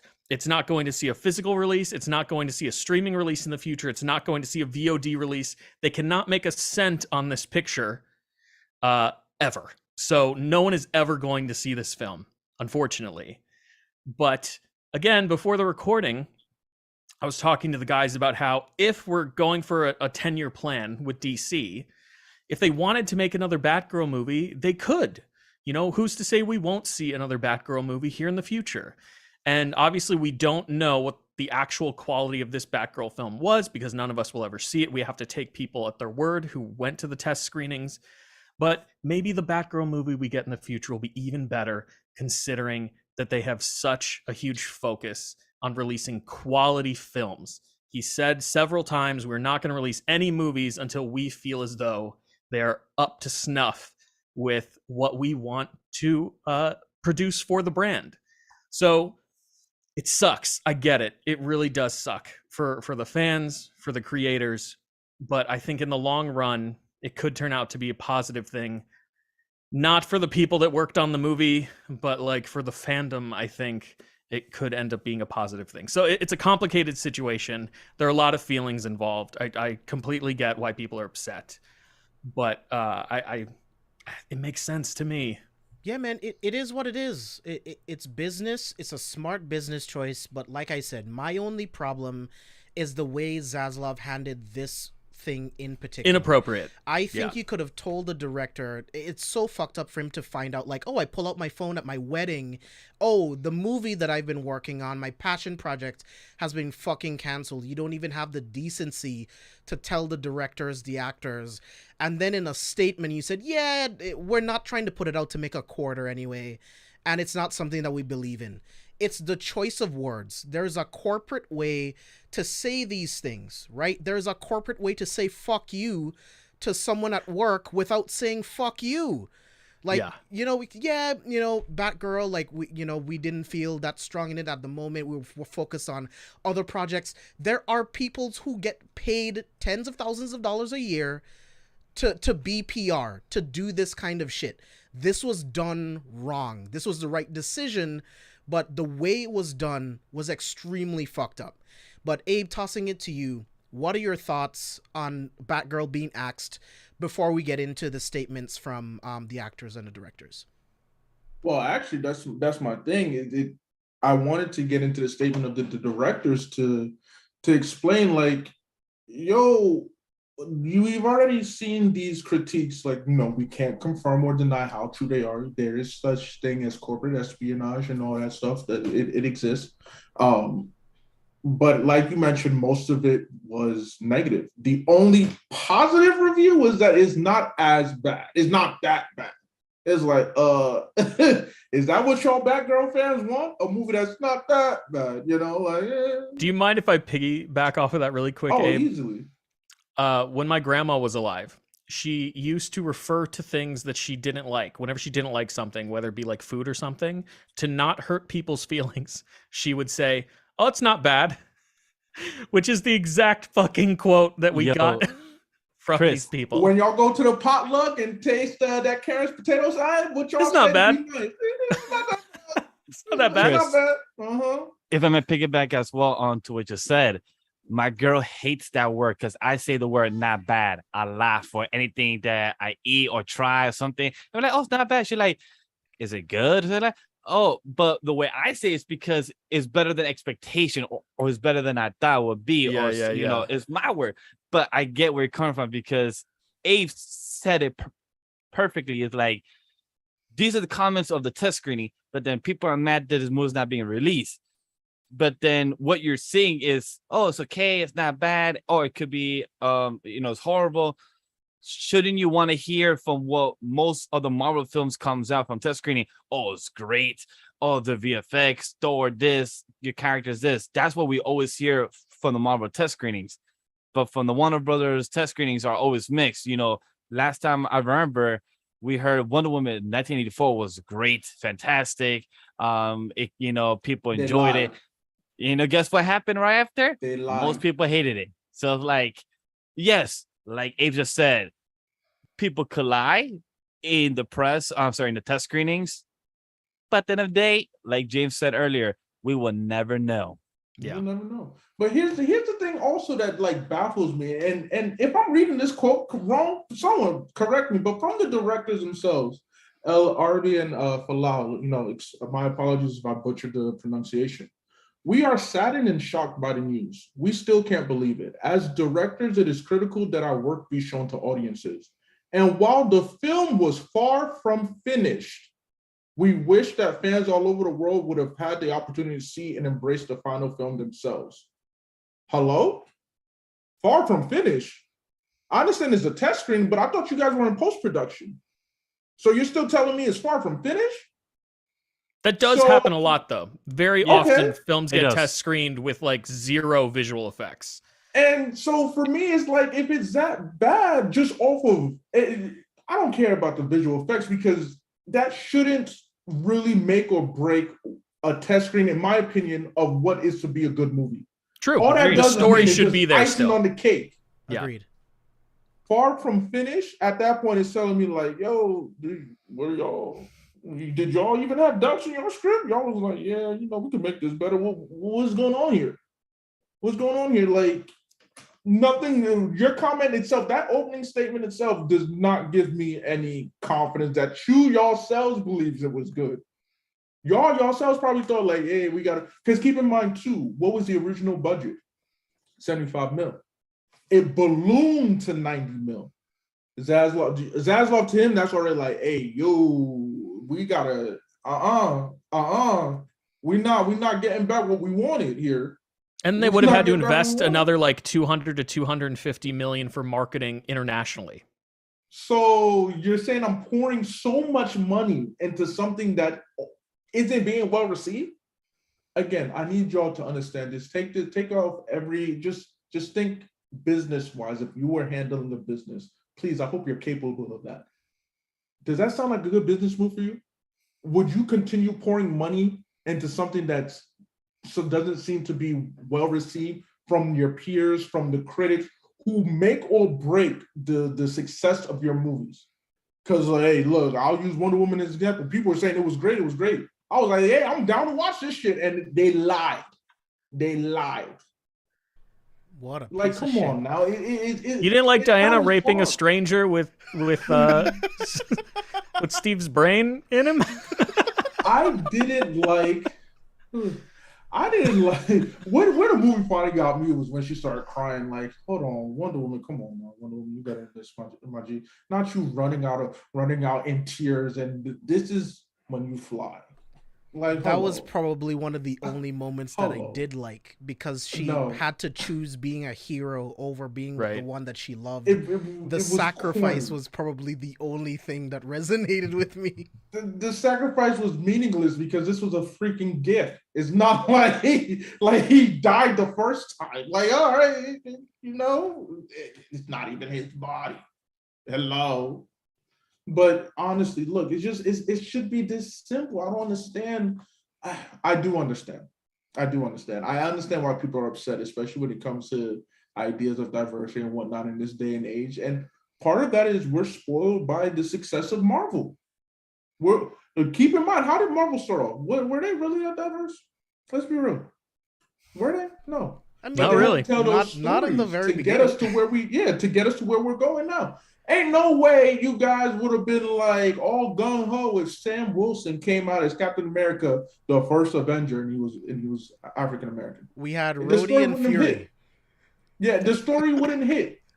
The But leads they for the had to first get us 5 there. movies were 3 white dudes and a white girl. Mm-hmm. Yep.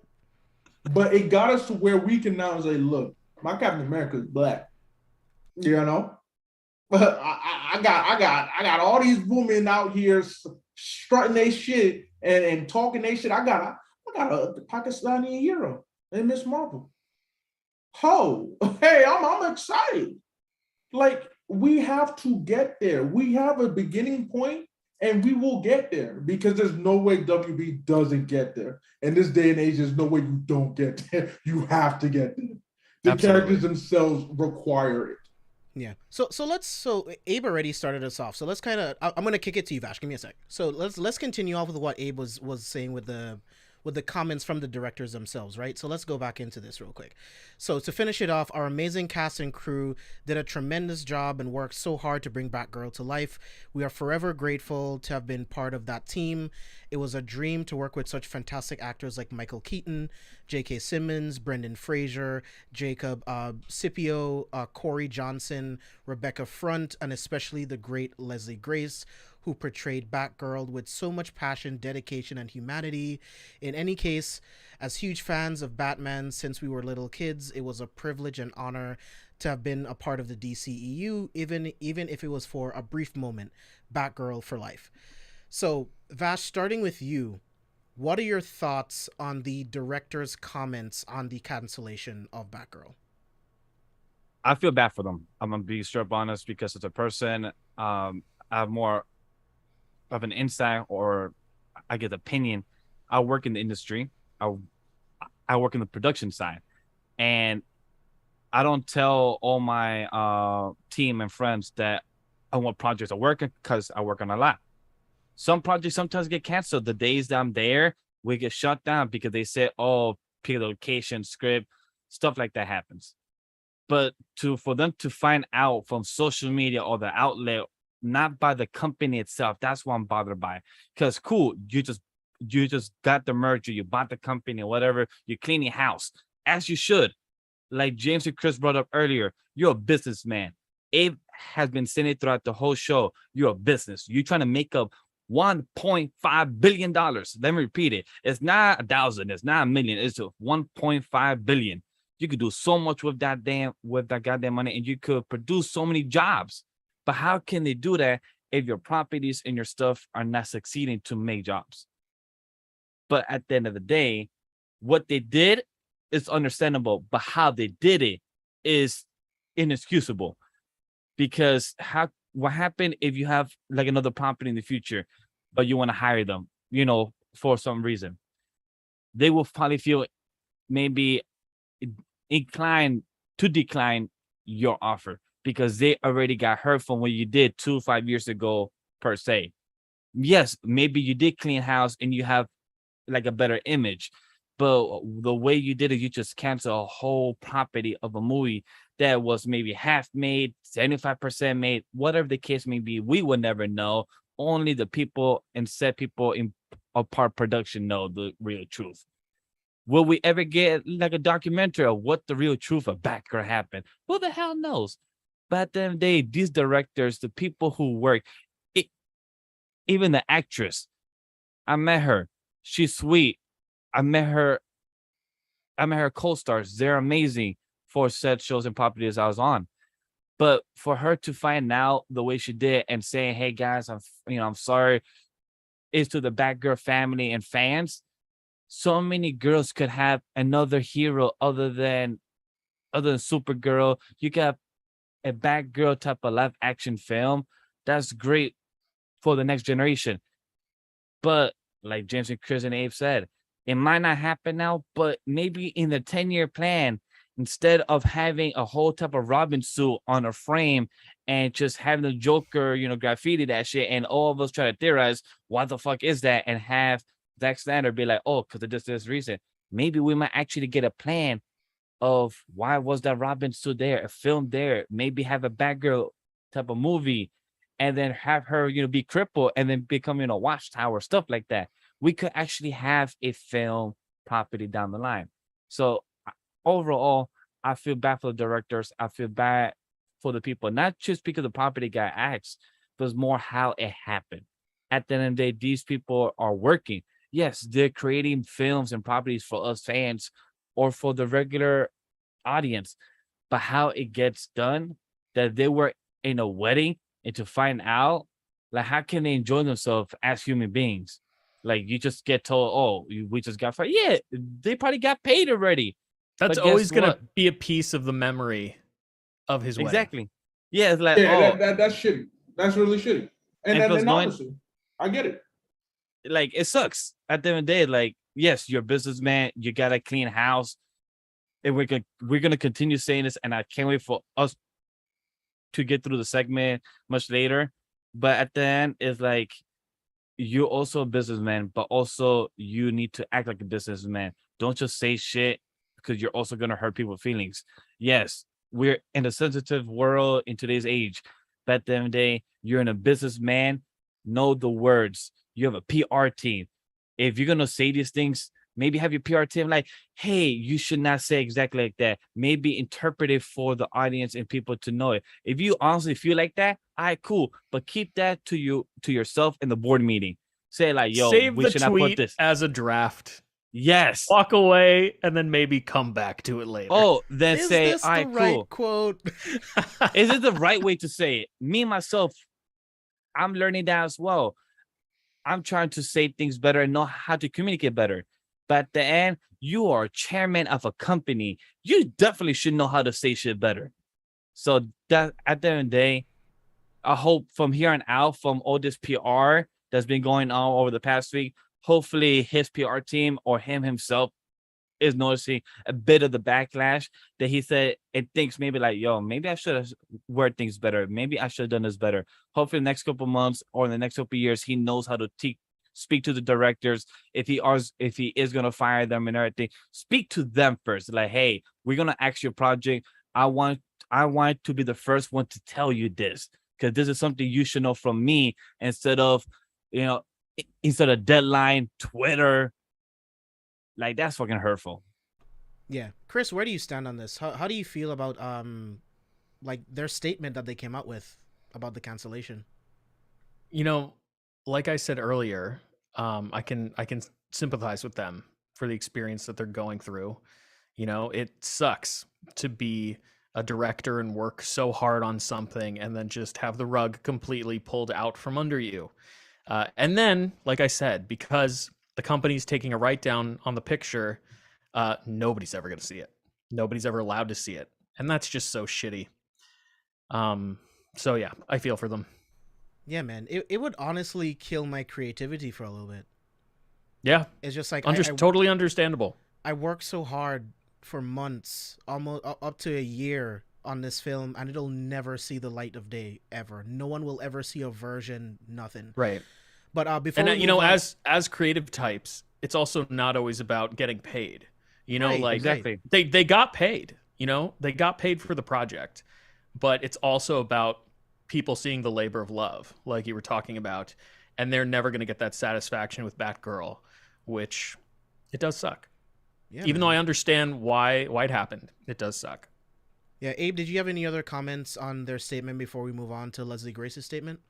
Nah, y'all said it. The same thing I would say. The timing of it is unfortunate, but as a fan of sports in general, I've seen this with my own Celtics in the trading of Isaiah Thomas, who was traded shortly, after he played for us and had a phenomenal game the day his sister died, and all of that stuff. It ethically it sucked, but it was a business decision that needed to happen. This is how I view it too. It sucks, morally, ethically, to break such news the day someone's getting married, whether you knew or not. I mean, you could have still, hit them up, not let social media be the first ones. But, he's focused on the business. It seems to me he's wiped his hands clean, of that project, and he's like ready to move on. I hope maybe there's a chance to work with these directors again if their relationship isn't damaged, which I expect it to be, but maybe it can still be repaired. Who knows? But it is what it is. At the end of the day, we're all going to forget this if the DCEU is phenomenal. Honestly, you're so let's be real. Social media has short memory already. Let's stop playing. It's true. No one's That's going to true. care. But I do want to add, like, this past year, we have projects get canceled, and the news, social media gets told first before the actors or people that were part of the property. Like, for example, Cowboy Bebop just got canceled after the weekend, and I think John Cho just found out from social media himself. So, like, hopefully, like, again, we know it's business, Netflix, any company that people do properties, films, but at the end of the day, they also need to remember, like, if you're going to cancel these things, fire people, at least let them know first. Don't let the outlet, like, the trusting sources know first. All right, cool. Let them know, but also say, hey, guys, before you guys put the information out there, let's call the people that was part of the project and let them know, because this, like, how does it feel like you doing a whole work and then you just get told by Twitter that fire? Like, these people should not feel like this. Yes, they are celebrities and everything. They, like Chris said, they do this out of love. Some people don't have to accept a job. Like, hey, I don't care about Batgirl. I want to do our boy Nightwing, Dick Grayson, who could be, with other girls, Starfire and everything. But they chose to do Batgirl. They chose to actually put light. And then for the actress, for us to transition to it as well, I can't wait for us to talk about it, because as a person who's Spanish, to see how she felt and react, like, it's like I felt bad for the chick. Yeah, man. Yeah, unfortunately, this happens way too much. Like, on the opposite side of the coin, Tom Holland found out he was going to be Spider-Man through the trades. Yeah. Instead totally forgot about that. Hearing from Marvel Studios. Yeah. So it happens very often. Anthony Mackie found out that he was going to be in Cap 4, and that Cap 4 was even happening from someone, like, telling him in a grocery store, because they saw it on fucking social media. It's like, oh shit, that's cool. That. But let's move on to Leslie Grace's statement. So, on the heels of the recent news about our movie, Batgirl, I am proud of the love, hard work, and intention all of our incredible cast and tireless crew put into this film over 7 months in Scotland. I feel blessed to have worked among absolute greats and forged relationships for a lifetime in the process. To every Batgirl fan, thank you for the love and belief, allowing me to take on the cape and become, as Babs said best, make my own damn hero, Batgirl for life. This absolutely fucking broke me reading it. Again, from a business standpoint, for what needed to be done, there is no doubt that this needed to be done. But I am just fucking crushed for Leslie Grace. This is an incredible opportunity for her to bring Batgirl to life, and it was literally taken from her. So Chris, starting with you, what are your thoughts on her statement on the cancellation? I don't know how much more I have to say, because it's the same as the directors. It's just kind of shitty and tragic that this is happening to a person. And from what I've heard, she was amazing in The Heights. So I'm hoping that she still has a great career ahead of her despite this road bump. Abe? Maybe I'm more heartless than I thought, because I always saw myself as a people person. It's unfortunate, but we move on. I mean, she is a really good talent. This is not the end of her career. I also am not going to close the door on the idea of her probably coming back and playing this role of Batgirl in the future.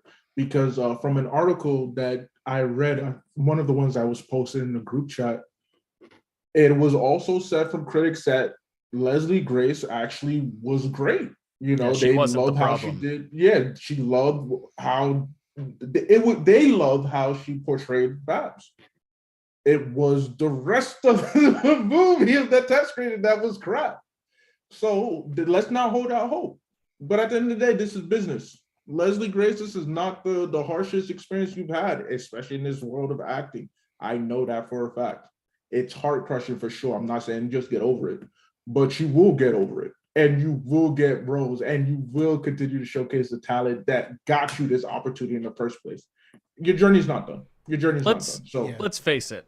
This is all Michael Keaton's fault, really, when it comes down to it. You heard they apparently was going to show Michelle Pfeiffer's Catwoman mask in the movie, supposedly, and I'm like, all right, so okay. Oh yeah, that was the rumor. Their Easter eggs. That was going to be it's just like floating it around in the Batcave. That would have been interesting. Just like, hey, look at that! I know what that thing is. Hey, I remember that, man. Like, and that little black spandex right there. That BDSM looking mask. Yeah, no, we good. But Vash, what are your thoughts on her statement? And then we'll move on to our new segment. I felt bad, honestly. Like, again, with the director, but also if people haven't seen it, go look at I think it's on YouTube.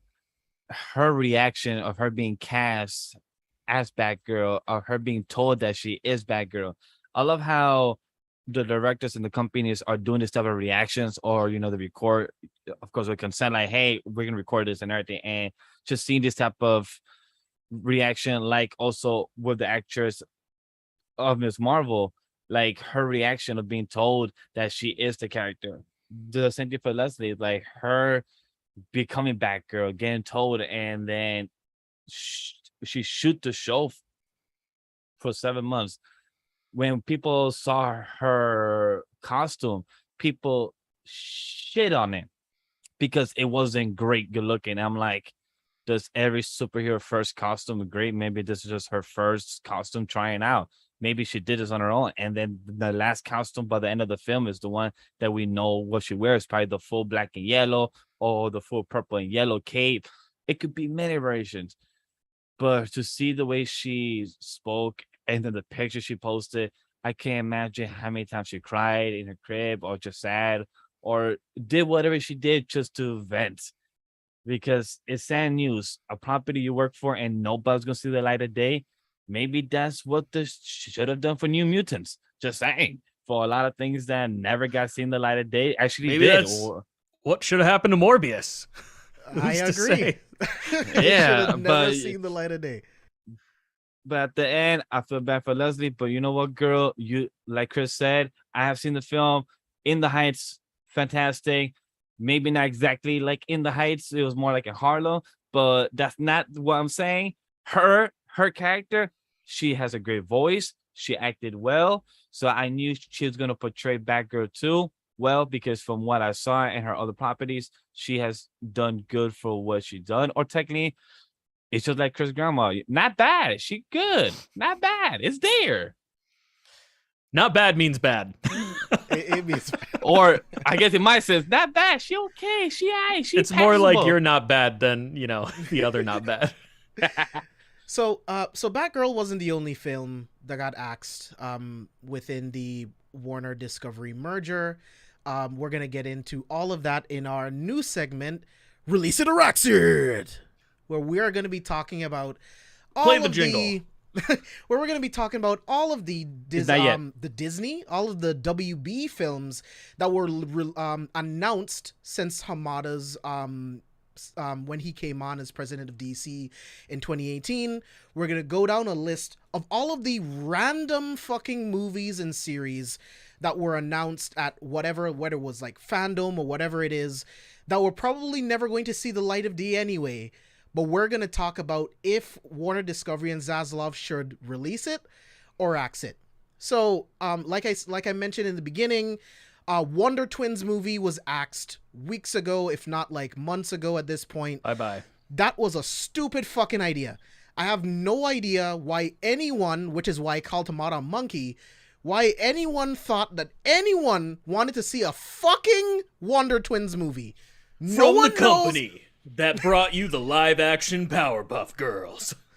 Oh my god, like... Wonder Twins. No one knows who the Wonder Twins are. No one knows who they are. No one's going to the theater to watch a fucking Wonder Twins movie. So that got axed.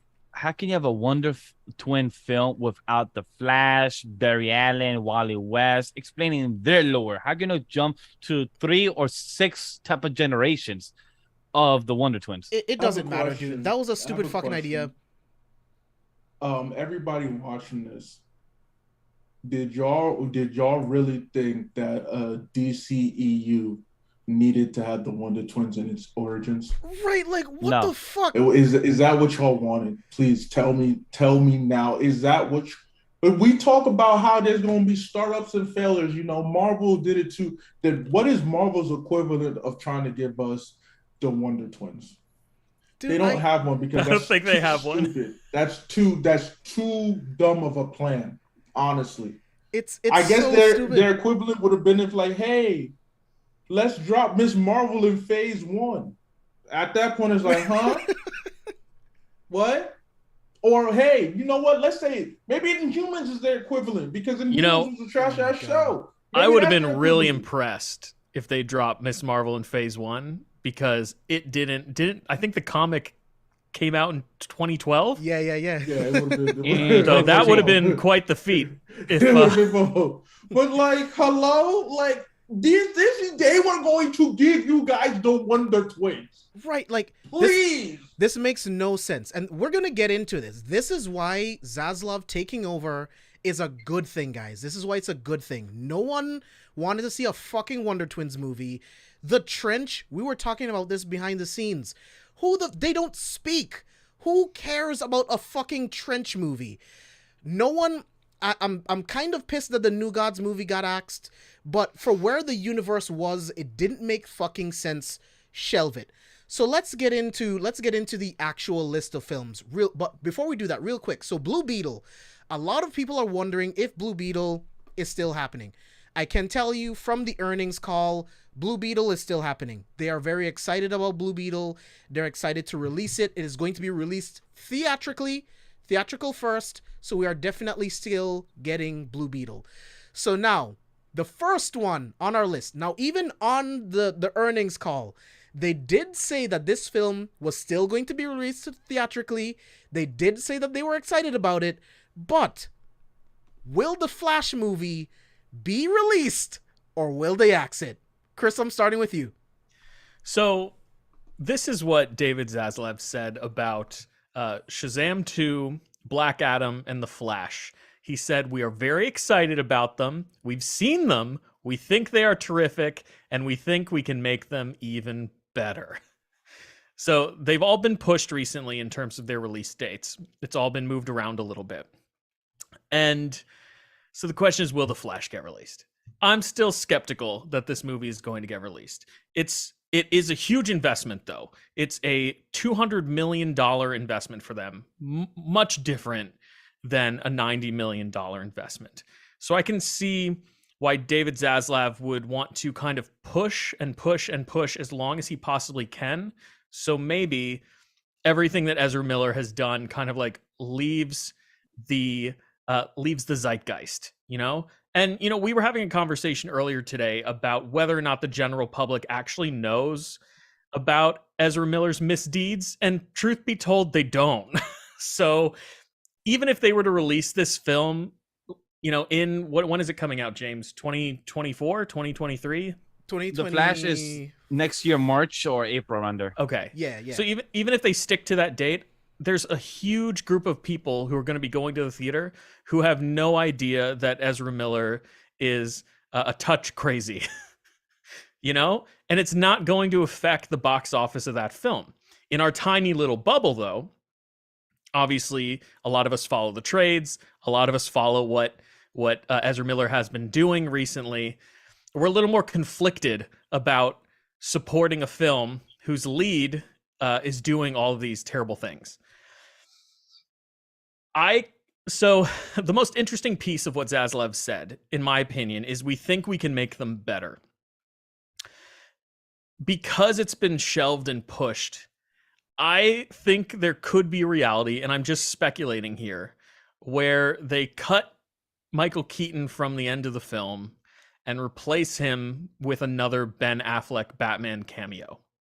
And this kind of like closes off the Walter Hamada DCEU and sets Zaslav up for his, teamed 10-year plan for what he thinks the DCEU should be. So I like I said, skeptical. I think it's likely that this will still get released just because the majority of the general public doesn't know anything about what's happening. So, yeah. I also think it's crazy that if it doesn't get released, we've had like 5 years of news about Michael Keaton returning as Batman, and if it doesn't get released, we never see Michael Keaton return as Batman, which fucking blows my mind. Like, so much hype about Michael Keaton coming back as Batman, and then never see it. The one thing I remember saying that the Bat Nipples return, I think like in an article or something like that. Oh gosh. I think from his suit or something. So I'm like, with Chris, it's like I've seen so many articles about his return and hiding by his suit and everything else, but like we would never get that. I agree. So James, I'm sorry that was such a long-winded answer. No, you're fine. I'm skeptical that it'll get released, but I think it's likely that it'll get released. Yeah. Abe, what about you? Release it, axe it. It gets released for this simple fact that, well, for these two facts. One, the amount of money that was poured into it already. And two, Ezra Miller is a fucking weirdo that needs to be locked up and should never see the light of day again. But this they need Flash help. Movie, they just need help. That's but this Flash movie does allow you to do the ultimate reset of the DCEU very easily without much questions and without hassle. Flashpoint. That's the only reason why I see it still getting released, just so it can be like, Flashpoint's here. All right, all this shit y'all see, we doing it away with it. Welcome to the new DCEU. That's the only thing, honestly. Dude, and you could cast your new Flash first. He could be the first person you recast. Yeah. And then they just do like a couple weeks of reshoots for the end of the film. When Ezra Miller comes back to like the present reality at the end of the movie, he's a different actor. And he could just be like, what? And then like, boom, we're off to the races. Like, we don't need to make another Flash movie, but at least we have the new Flash. What if that's the case that's going on, which is why we haven't heard more shit about it? What if that is the situation? They're like, all right, you know what? I mean, we can't hit the reset button. So yes, Flash is going to get released. I know everybody's upset because it's like, oh, y'all canceled Batgirl, but I understand. I agree with it too. It's crazy in the sense of like Ezra Miller is still going to get this movie out. But for business purposes, it needs to happen so we can move away from Ezra Miller. It needs to happen so you can get the good quality content we want. It is what it is. Yeah, I'm with Ashton. Like, I wish that it could just be Grant Gustin. Like, he embodies everything that the Flash is, that Barry Allen the Flash is to me. But it's just like, with him only wanting to come back for one more season, he's been doing the same role for like 10 fucking years. I think he wants to move on and do something completely different. I think he can definitely like make a cameo because he's still the Flash in the multiverse of DC. So that's still possible, but for him to take over as like DC's movie Flash, I don't know if he'll want to do it. I would love for him to do it, but I don't know. But Vash, tossing it to you. The Flash movie, release it, axe it. What do you got? I want to comment to what you just said about Grant Gustin real quick. Grant Gustin, at the end of the day, it depends what Warner Brothers / DC / Discovery gives him as a pitch if he takes over. Like, what is it? How much money?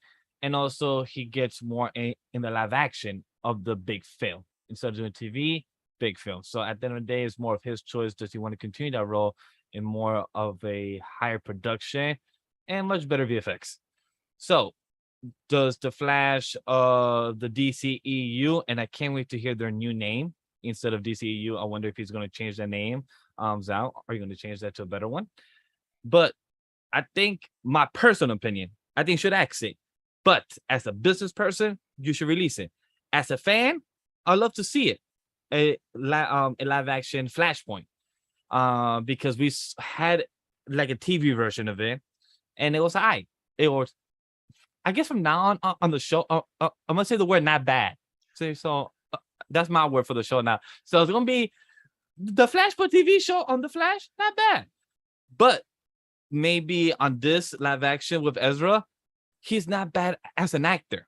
He's good at what he does.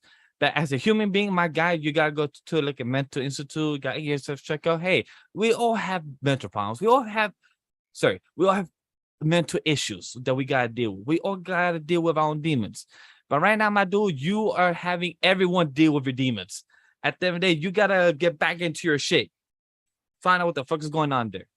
And like Abe and Chris and James said, the public eye, my fiance don't know much about Ezra. My fiance don't know much about these actors. So technically, if we go to the film, I'm taking her with me or with Sam right here in New York City. At the end of the day, if I go with my girls are going to watch the film. My girl's not going to know anything about these actors, what they have done, who's their past is. I'm the one that actually tells her about these things because I'm part of this world. I'm part of this, that for us, it seems like a big bubble, but for the people that tweets and retweets and everything, we're just a small bubble of 5,000, 20,000 people. We never see a million retweets. Never that shit. Never. It's only a 20,000, maybe 50, maybe 100,000. But we're such a small bubble that has our opinions about this person, about these actors. So at the end of the day, it's more like, what's going on with this movie? Are we going to see it? And the next few months or the next few months before the film is going to be interesting because we're going to hear rumors of a new actor. There's a new actor trying the new suit, stuff like that. So it's going to be interesting that are we going to hear rumors or is he going to come out publicly and say it? Because he knows he has this problem, but he's also trying to fix this in the PR side behind the scenes. Hey, what are we going to do with this guy? So at the end of the day, he's also trying to figure this out as much as we are asking these questions. So he also has this problem that he knows that he needs to deal with. But at the end of the day, he spent already, or his company already has spent $200 million. So you already lost 90 million. You losing another 200 million, it's kind of hard to do. And like Abe brought up, this is Flashpoint. You can literally change the actor in the last 5 minutes, 10 minutes of the film once he comes back to our current timeline. And as much as I'm not a big Michael Keaton person, I didn't grow up with that. But like we said in the show, my boy Ben Affleck is my Batman. The same thing with Robert Pattinson. Right now, these two guys are my Batman. And if I could get more old man Bruce Wayne and be OD sad and just get those memes of our boy Ben Affleck, just be tired of just taking that cig, you're like, shit, we gotta go back in that film. Let's go. I'm with my boy, old man Bruce, being tough. Let's go. I'm just getting excited, smiling to think of Ben Affleck back on the big screen as Batman. And this dude is 50 plus years old, just like Tom Cruise. And this man is built when he works out. And our boy J.K. Simmons, just please come back as well, because this man was built and he's old as fuck too. As Jim Gordon, I want to see. So if we can get some version, if we get some version of this after Flashpoint, like he said, a 10-year plan. If you know what you're doing and you already have some ideas, some type of discussion, then release it. If you already know what you're doing, my guy, if you already have a plan because you're a businessman, even though you don't know how to do your choice of words, but you know what you're doing, then go for it. I support you. Because guess what? Marvel phase 1, everybody was asking questions and curiosity. But once phase 2, phase 3 happened, they were like, yo, let's go. And trust in Feige, we do. So yeah, I want to bandwagon in Marvel all the time. Why can we not do the same thing for DC? Yeah, Zaslav literally, I think this is a perfect time to take over. You have the perfect movie to do it, which is just using Flashpoint to reset your universe and then start the 10-year plan from there. Chris, what were you going to ask? So before we move on, I just want to ask you guys a question. And Vash kind of already answered the question for me. I would also be incredibly interested to know what chat's answer is for this particular question. And that is, knowing what you know, if the Flash movie gets released, are you going to boycott the Flash movie? Because I know that Ezra Miller is going to get a cut of whatever revenue that movie makes. I personally, and no judgment. Everybody can handle themselves the way they want to. I did not go see the newest Fantastic Beasts films in theater because I did not want to contribute any type of revenue to that production based on everybody involved with that production, right? So that's my question. If it does get released, are you going to see it in theaters, or are you going to wait until it comes out on streaming, or will you never see the film? Will you boycott it completely? I'm just very interested. So, I never answered my release it or axe it, but I'm sorry. No, you're good, because this all leads into the same thing. So I'm of two minds of this. The fan in me wants you to release it. I think the smart business decision is to release it, but as a human being, I don't want it to be released because I don't want any revenue going to this fucking psychopath. So it's like I'm of two minds of it. But to answer your question, I will watch it on HBO Max because I have AT&T. I get HBO Max for free. I don't know how long that's going to be in place with the murder happening. I know. I was thinking the same thing. But I have it for free anyway, so I'll watch it. Much like Aquaman 2, I will not support this film in theaters. I will not promote it on my platform. I will not talk about it. That is because not of Amber something. Heard? Yes, because of Amber Heard. That is not something that's going to show up on the C4S channel ever. So the same thing with that. I will watch it on HBO Max at some point where I can watch it for free, where I don't even pay for HBO Max. So that's my answer. Abe, what about you, man? I'm in a similar boat. I'm not paying to go see the movie. I'm going to watch it whenever it's streaming, just because. Well, honestly, it really depends. If the Flashpoint movie, if the Flash movie just does end like we expected to with a possible Flashpoint event, I'll just probably YouTube that whatever, however many minutes, to just keep it pushing. I'll need to watch the rest of the movie. Don't say that here. My fault. I forget I ever said that. Those are for our private conversations. Yeah, I probably won't watch the film, to be honest, depending if there are other means to at least get what I want, especially if once social media spoils a movie, that might be all I need. I'm gonna be honest with you. Similar, I haven't watched the new Fantastic Beasts movie because I ain't like how they did my guy Johnny Depp. Don't really care enough for the Harry Potter franchise where like I need it. It is what it is. And at the moment, this movie, while it could be important to help reset, it ultimately doesn't need to be rewatched. I don't think there's going to be any substantial replay value for the movie anyway, so I'm not missing out on anything in the first place. So no, I'm probably not going to watch it. True. For me, Gosh. I believe if the trailer and the rumors that weeks before the film comes out or press say, hey, this is better than expected, then I will watch it. Instead, hopefully people understand, I'm going to go on a cruise on a One Piece ship. If people know what that means. I'm going to go be a pirate. Time to hit the high seas. Yes, almighty. So yeah, I'm going to do that. If not, if I get some free tickets from AMC or Stubbs, maybe, but my own money in that aspect, the same thing with Aquaman.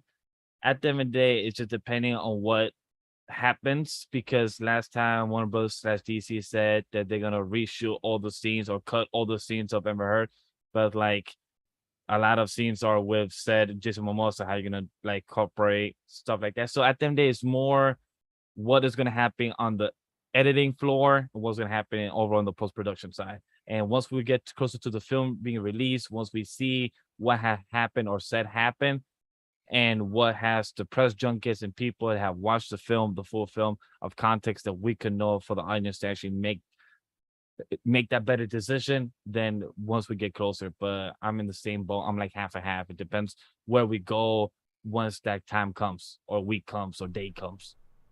Yeah, I've heard she's in like 10 to 15 minutes of the film, but it's just like, I don't want her to get anything from my money. Nothing at all. I'm not a fan of how WB handled that situation at all, but that's a completely different podcast. Yeah. But let's move on to some of these other ones, and we're definitely gonna fly through a lot of these because some of these just don't make any sense. Thank you for indulging me, by the way. No, of course, it was a great question because I wanted to talk about the Aquaman thing too. It's just like, yeah, I'm not supporting that film at all. I don't care if it's under a new leadership. I will not support that film. So yeah, I'm glad that you brought that up.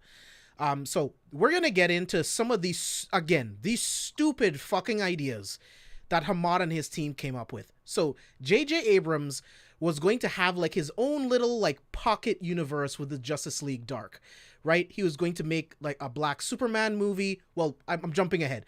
So let's start off with J.J. Abrams's Justice League Dark series. Now, I actually think that this is a really interesting project. This is completely different than the core Justice League that we know. It would take place in a completely different universe. You would have potentially Batman and Constantine working together with other members of a team. I think this could be cool. J.J. Abrams is quite skilled at starting franchises, so I think this could have been a really cool idea. So in terms of release it or axe it, not within the 10-year plan, but at some point after that, I'll say fucking release it. Hey, what about you? I want it.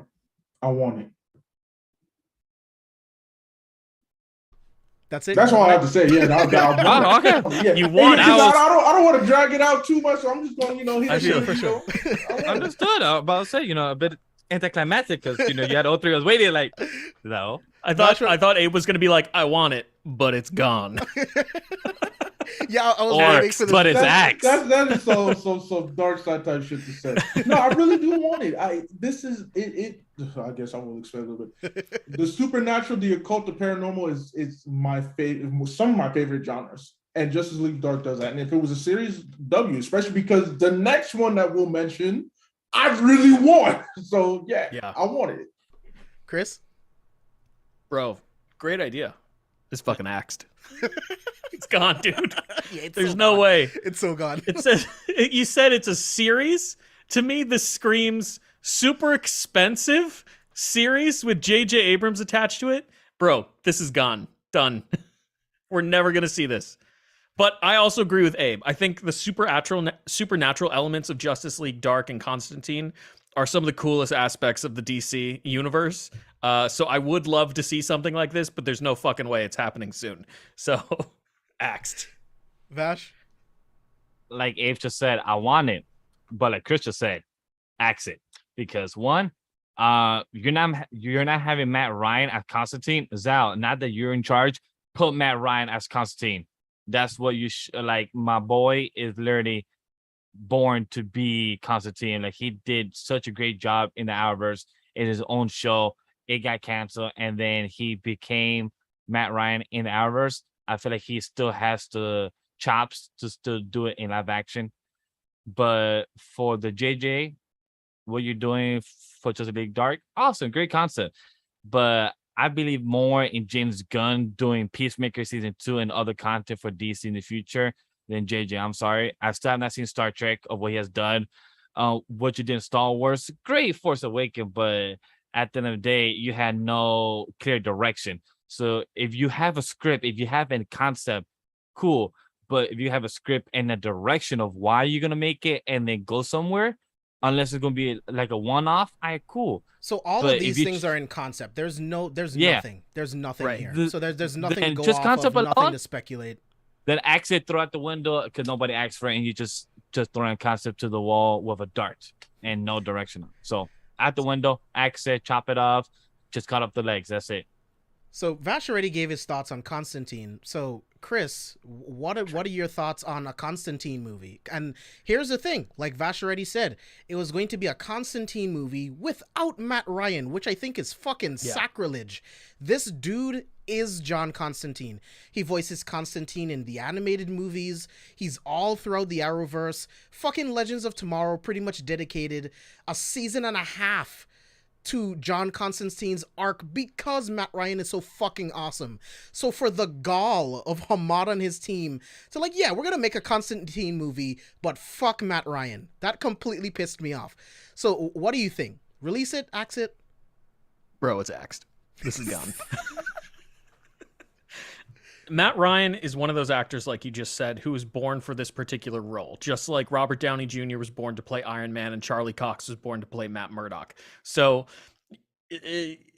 again, I like the supernatural stuff in the DC universe, but this hasn't even gone into production yet. This shit is axed, bro. It is gone. Abe, what about you? What do you think? I want a Constantine with Matt Ryan. I want it. That being said, the shit that they was playing for us, get that shit out my face. Don't give me that nonsense. Don't give me that nonsense. You're wasting my time. Matt Ryan, but I still can't wait for that Constantine film. I'm saying Constantine because that's how they say it in the Sandman. I still want that Constantine film though. Like y'all hit me with that shit. I needs it. Especially since it will definitely be connected to the Justice League Dark series that I will need in the future. So give me both of them, even though they're not happening anytime soon. But we will get them. Another one that they announced that would have been in this universe, a Zatana movie. Now, I love Zatana. I fucking love Zatana as a character. No one wants to see a fucking Zatana movie. No one knows who Zatana is. Unless you're a comic book fan, nobody knows who Zatana is. So if you're Zaslav, what do? Release it or axe it? I'm fucking axing it. Vash, what about you? Axe that shit. Throw that shit. You know what? It got poof away. Got dusted. Hey, what about you? They have a better chance of making her one of the main focuses of the Justice League Dark series, honestly.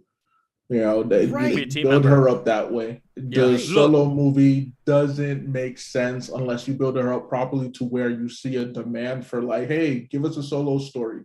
Cool. But even then, won't it be a team up movie at the end of the day? So, Zatana, I love you, shorty. I do. I love how all your spells is backwards. I think that'd be really dope because we could get Missy Elliott on the track. You know, she can do her. She can get all that shit going.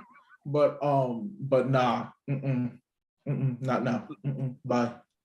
Look, DC, if you want to actually do a Justice League Dark, do the reverse. Do the Avengers team up and then do your spin-off series where everyone falls in love with Constantine, Zatana, Swamp Thing with your characters, and then have a Zatana movie, Swamp Thing series, where people want to know more of these characters that you just showed in this type of Avengers team up, but Justice League Dark. But then you spin off and do more of a solo film, but then have some of these characters still in it. Like, it just works. Like, you literally had a Justice League Dark animated movie. It wasn't perfect. It had its flaws, but you had Deadman. I liked it a lot. You have, you have Swamp Thing. You had all these characters, and you have Batman. That's how you market it. You can literally copy it and paste that in the live action. Just switch up the roster. You cannot go wrong. And it was rated R. That too. So it just works out perfectly. But Chris, axe it, because you are definitely have to axe it. Boys, I'm gonna need to go get my body spray because the shit is axed. Zatana's axed. Yeah, it's fucking gone, bro. Sorry. Abe's like, I hate you so much right now. We went 2 hours and 18 minutes without that joke, and literally, I'm shocked that it wasn't me at least, but Chris said the joke. I didn't think any of us would have the audacity to make that joke, and so I was going to live my life just peacefully and with no. But aren't you a better person having heard it now, Abe? No, at this point, I think I need to resort to recreational activities. I can't believe I'm you. sorry. Abe, I'm sorry. I really. Why?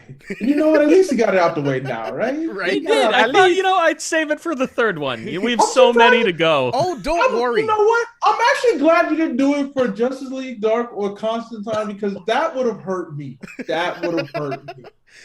Oh, let's You can do it for this. chat. We're gonna keep going. The rest of these are even more ridiculous. Let's keep going, right?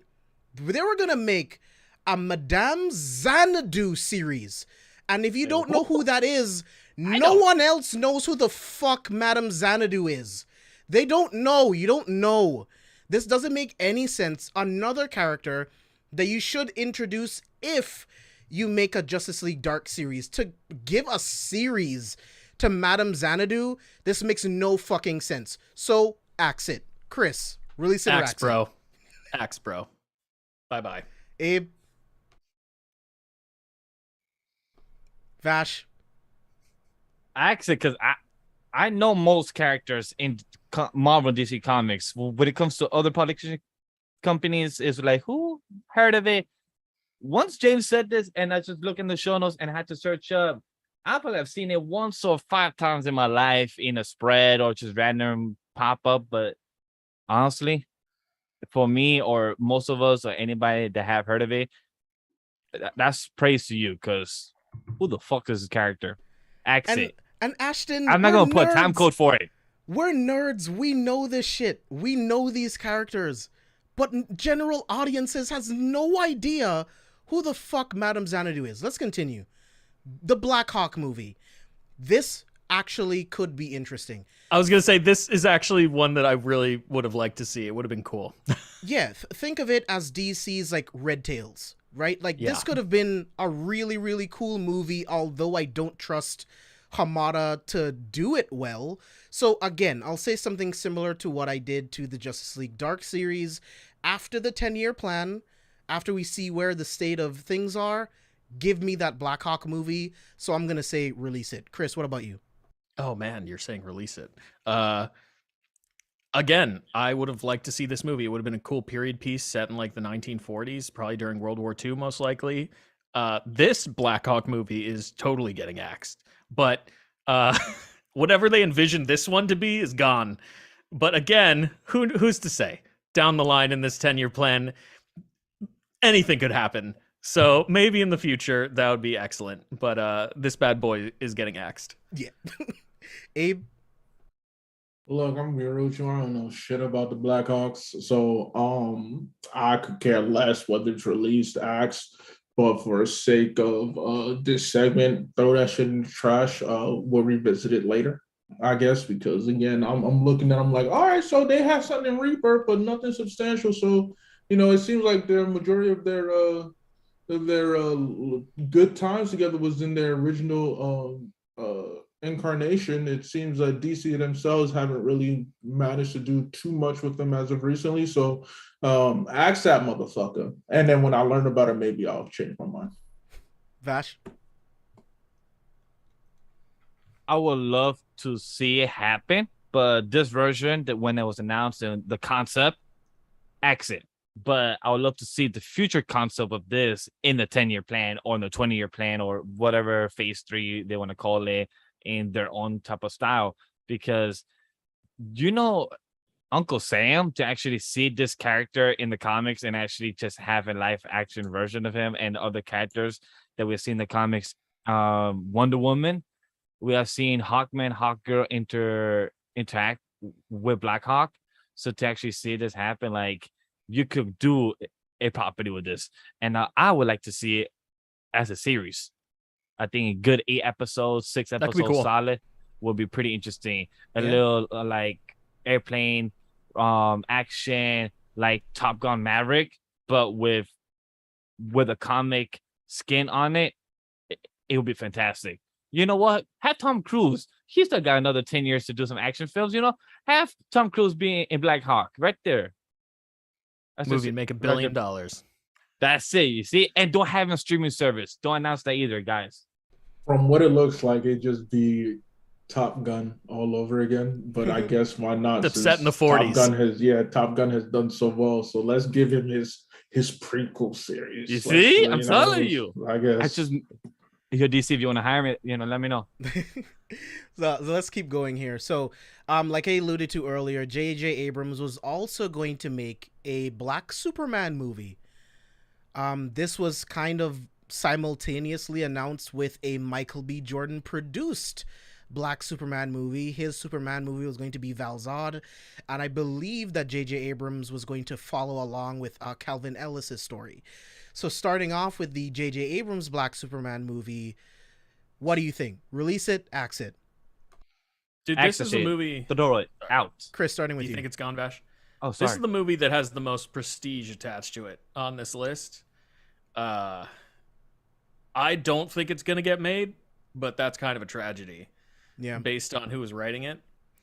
Yeah, but I think because it was greenlit during the old regime, Zaslav is just like cleaning house on everything. So I don't think this movie's gonna see the light of day. Axed.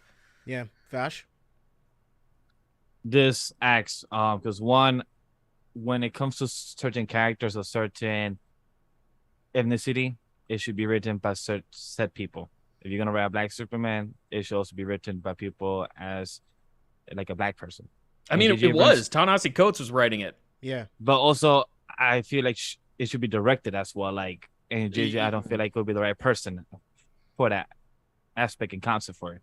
And overall, nobody asks for it right now. And without clear direction, unless you were going to be like the Batman or like the Joker, like in a whole different universe, then sure.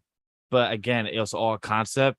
It was all probably like a whole board meeting and concept idea thrown there. But at the end of the day, just axe that. That's it. Yeah. Abe? Look, a majority of y'all motherfuckers, and not you guys, but the general public, they didn't like Man of Steel.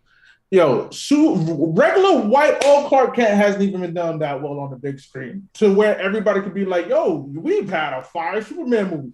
What? All of a sudden you have confidence that a Black Superman movie is going to be done really well and better than it's not happening. If they can't do Clark Kent right, I don't expect them to do these two right. Michael B. Jordan, I love you. I still don't expect it to be a popping ass movie until they do right by Clark Kent. So axe both these shits. That's pretty much going to be my answer too. Yeah, just axe them both. Like, as excited as I am for Michael B. Jordan to be producing a Val-Zod Superman movie within the 10-year plan, with everything going on, with needing a reset of the DC universe, it's not the time. So I'd say axe it. So I'll say axe to both. Chris, what about you? Would you just say axe the other one too? Yeah, I mean, as much as I like Michael B. Jordan, this movie's not getting made. Yeah. Vash? Axe thrown out. As much as I love,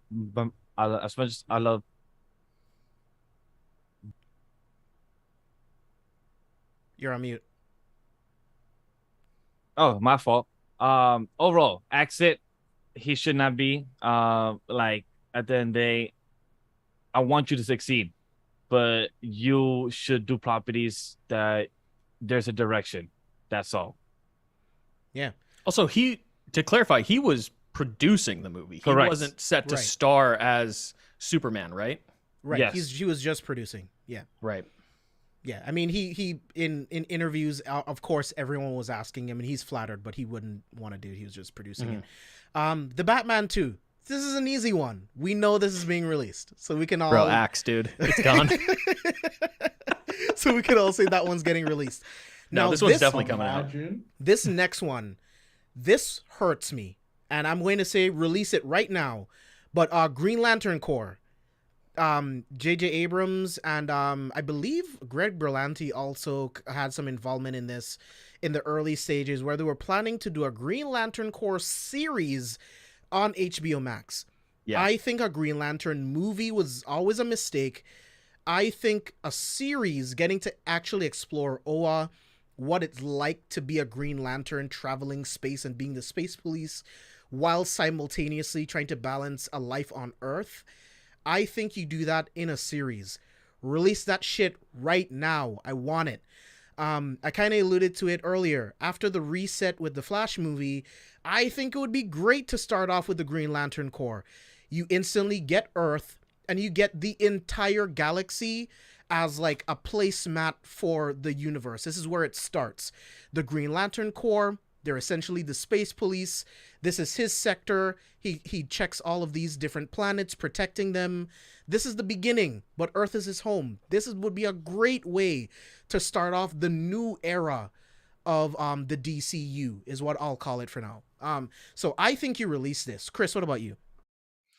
I agree with you. I think this would be a cool like cop drama, of space cop drama. That's like the perfect way to handle the Green Lantern Corps. However, this was the show that was going to have Guy Gardner as the main character. And you have way better Green Lanterns to draw from. So truth be told, I've actually heard that this was kind of like legitimately quietly axed behind the scenes and they never even told anybody that they canceled it. So this Green Lantern Corps is getting axed, but I hope that we get a good Green Lantern series in the future or movie. Abe? I remember early on seeing rumors that this movie would probably be like focused on Sinestro, as he was a Green Lantern before his fall. And I thought that was a genius idea. Like let's start us off with Sinestro. Make this whole season 1 be about the rise of the Yellow Lantern. That would have been cool. Dope, because you're right. A space cop drama, why not? How many cop dramas exist out there that people love and you just now do it in space? I did not know that it was going to have Guy Gardner be the main focus. So as a result, I would have said release it, but with Guy Gardner, that's not my GL. Ask that shit if you're gonna do Guy Gardner, because there are legit better options. I'd rather have a fucking Kilowog show before I have a Guy Gardner show. Like facts, bro. Y'all understand? Y'all know my favorite DC storyline, top 5. My number 1 is Blackest Night. You do a GL series very well, you can cover Blackest Night. You can give me what I want, even if you limit it just to space and you don't include all the other heroes. Like, it'll be DC's version of how Marvel, the MCU did Civil War, except you can still tell a lot of stories just from the space aspect of Blackest Night with those heroes. You can still give us a lot of characters and whatnot. Dude, I still have a shit ton of Blackest Night floppies like in a closet somewhere in my house from when it was coming out. That series was awesome. Would have been fire. So I'm with Mark. Give me Jessica Cruz, bro. I mean, you could. John Stewart is my GL, but I want him a part of the Justice League. As far as a series, Jessica Cruz would be amazing, because there's so much of her backstory into becoming a GL that you can do so much of that in a series. It would be perfect. And her character itself is so intriguing to follow from like a relatable aspect of being just a human being, because it's not like she had her life together. She was struggling. Yeah, she was struggling I remember during early Rebirth, like she was struggling to even use the ring. She had so much self-doubt. It's like, this is typical stuff that we experience. I would love to see her on the small screen. Right now, especially, that's like incredibly relatable. Yeah. After the pandemic and everything. Yeah. So release it, but not with Guy Gardner as a lead, please. Facts. So this next one, I just don't understand. So Vash, you didn't go? Go ahead. Green Lantern Corps, I just want people to know, it got announced in 2014. It was originally supposed to be released in 2018.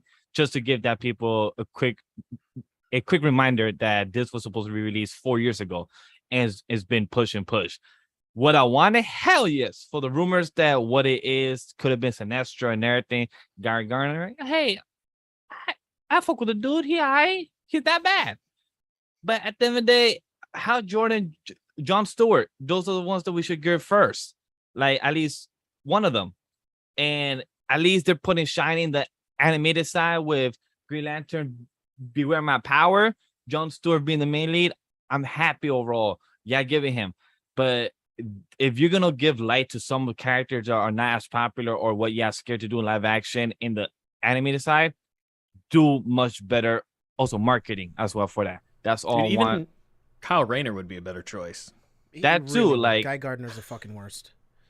That's just my side note for the Green Lantern topic, because they do a lot of stuff in the animated side but do much better Animated marketing. isn't good enough. It's I like know. it's like just putting, overall. I'm just saying it's overall. like putting Vixen on CW Seed. Like it's not good enough. Oh. Like I need like a actual like Vixen. I don't need Vixen to have a show, but the way she was handled on Legends of Tomorrow, I'm not the biggest fan of, and I was so Agreed. fucking happy when she was gone because they just kind of like ruined it for me. But like I was saying, that this next one, I have no idea. Much like Madame Xanadu and like Zatana and Blackhawk, who the fuck's going to watch a Lobo movie? Axe this shit right now, Chris. Axed. Moving Vash. on. Axe, as much as I love Lobo, do like an animated or anything. Nobody. Maybe if you've been out for 10, 20 years of doing great live action and then set up maybe a Suicide Squad, then do a Lobo film because that'd be a great addition. But this current, nah, Axe it. Do another 20 years of content, then and then talk to us later. Abe? I'm not gonna lie to you. You should release it only because I see potential for a comedy like badass cop movie that is just standalone. It would Well, like work. Deadpool? Yeah, he could be like a Deadpool. It could Yeah, work, man. yeah. I just want to see it so I can see my man's on the big screen on his face, Mike. You feel me? I'm just trying to see what's good with it. So, release it for my sake. I'm going to say release it. Like, All right. I agree with you. Now with your feedback, I actually wouldn't mind to see Lobo, even though like a Guardian of the Galaxy-esque with Deadpool. Yeah, I could see That'd be that. cool. I'll watch Again, it. it's I'd watch it. standalone film. It doesn't need to connect to a standalone With Men in film. Black. I It's a just comedy movie. don't see people But going mind to you, the this is me theater saying a comedy to movie. watch this. Like, I mean, this is the one you go direct to streaming. I'm not gonna lie, you. But Zaslav isn't going to do that. yeah. And then how much money do you No. even But the old spend on it? regime was. Because they're fucking idiots. Moving on, an untitled Jared Leto Joker project. Now, I am one of those people. I am in the minority. I liked Jared Leto's Joker. I think he did not have enough screen time to truly bring that Joker to life. I thought what he was starting to do was interesting. The one thing about the Joker that he perfectly captured was you never know when the Joker is going to hug you or cut your fucking head off. And I think he did a great job juggling between the two. Now, do I want to see a standalone Joker movie with Jared Leto? No, because I think this Joker needs Batman. And if it's not Batman, I think he needs something else to play off of that's like a main member of like DC, right? So they're not going to do that. So I say axe it. Chris, what about you? Boys, it's Morbin time. I think Chris, WB I hate Discovery you. I needs hate to you. cancel everything that they're currently working on and solely focus on making this Jared Leto project. No, this is axed. Get this out of here. Nobody wants this. And I broke Abe. He's gone. Oh my God. Vash, what about you? Do you want this Joker movie with Jared Leto? Release it, axe it.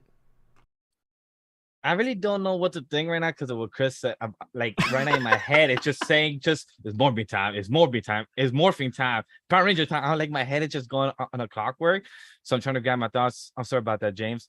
But Jared Leto, Joker, the best scene that he's done as his version of Joker is literally the post-apocalyptic. I don't know why, but some people hate it, some people love it. I like it, or I prefer it is the word for it. Like When he's talking about Batman giving him a reach around. yeah, like I don't know, the whole conversation, it was good. Best And just Joker. hey, it's not perfect, but I just like the way he just was in his part. Like, hey, you needed my help, and you asked for it, Bruce. It's just the way he just knew his identity and everything else. It's just I dig it pretty cool. too. I dig it too. And he But- knew how to push his buttons. That's Yes. also something that you need for the Joker. The Joker knows exactly how to push every single button that Batman has. And with that scene, instantly, you got it. He has it, dude. He can be a good Joker. He wasn't on screen long enough. He just needs to pull back his personality because, like, my dude, if you're gonna do your if you're gonna do your morphing, You're Morbin. I don't want to say. No, I'm good. I'm just gonna go morphing. If you want to do that, just do not send rats to your co-stars. Like, yo, like I get it. You're doing your skit. His But at the same method time, acting is fucking stupid. I don't know how it helps him. Like, people that stay in accents, people that stay in character for like the whole shoot, that's different. But like him trying to be the Joker and sending people use condoms and rats and snakes and shit, like, how does this help you build your character? How does this help your co-stars feel that you're the Joker? And of course, they played it up to make it sound like, oh yeah, he's fucking crazy like the Joker, but Margot Robbie did not enjoy. It's so fun when I receive used condoms. Like, I'm so happy like, about being this person's ridiculous. co-star. Like, gross. Yeah, but Vash, any last thoughts on the Joker movie? Nah, when it comes to the point, we don't know if he's gonna be part of the 10-year plan. So current thoughts, love to see it as a fan, but right now, my guy, I'm sorry. It's morbing time. You got to get out of here. Abe, did you go? I'm sorry, We'll Abe. after these two decide to do morbing time, but funny enough, I've always said that like every iteration of the Joker I've come to appreciate and enjoy, because I think the Joker is such a complex character that you can capture him in so many different ways and still be fucking accurate. Totally. My favorite to this day, my favorite version of the Joker actually is Mark Hamill. You know, I love how crazy it is. My favorite look of the Joker actually comes from the Batman cartoon, not BTAS, but the other one that you are going to start soon, JB, because I love that look. I started it. And I thought that Jared Leto could probably do something good with it.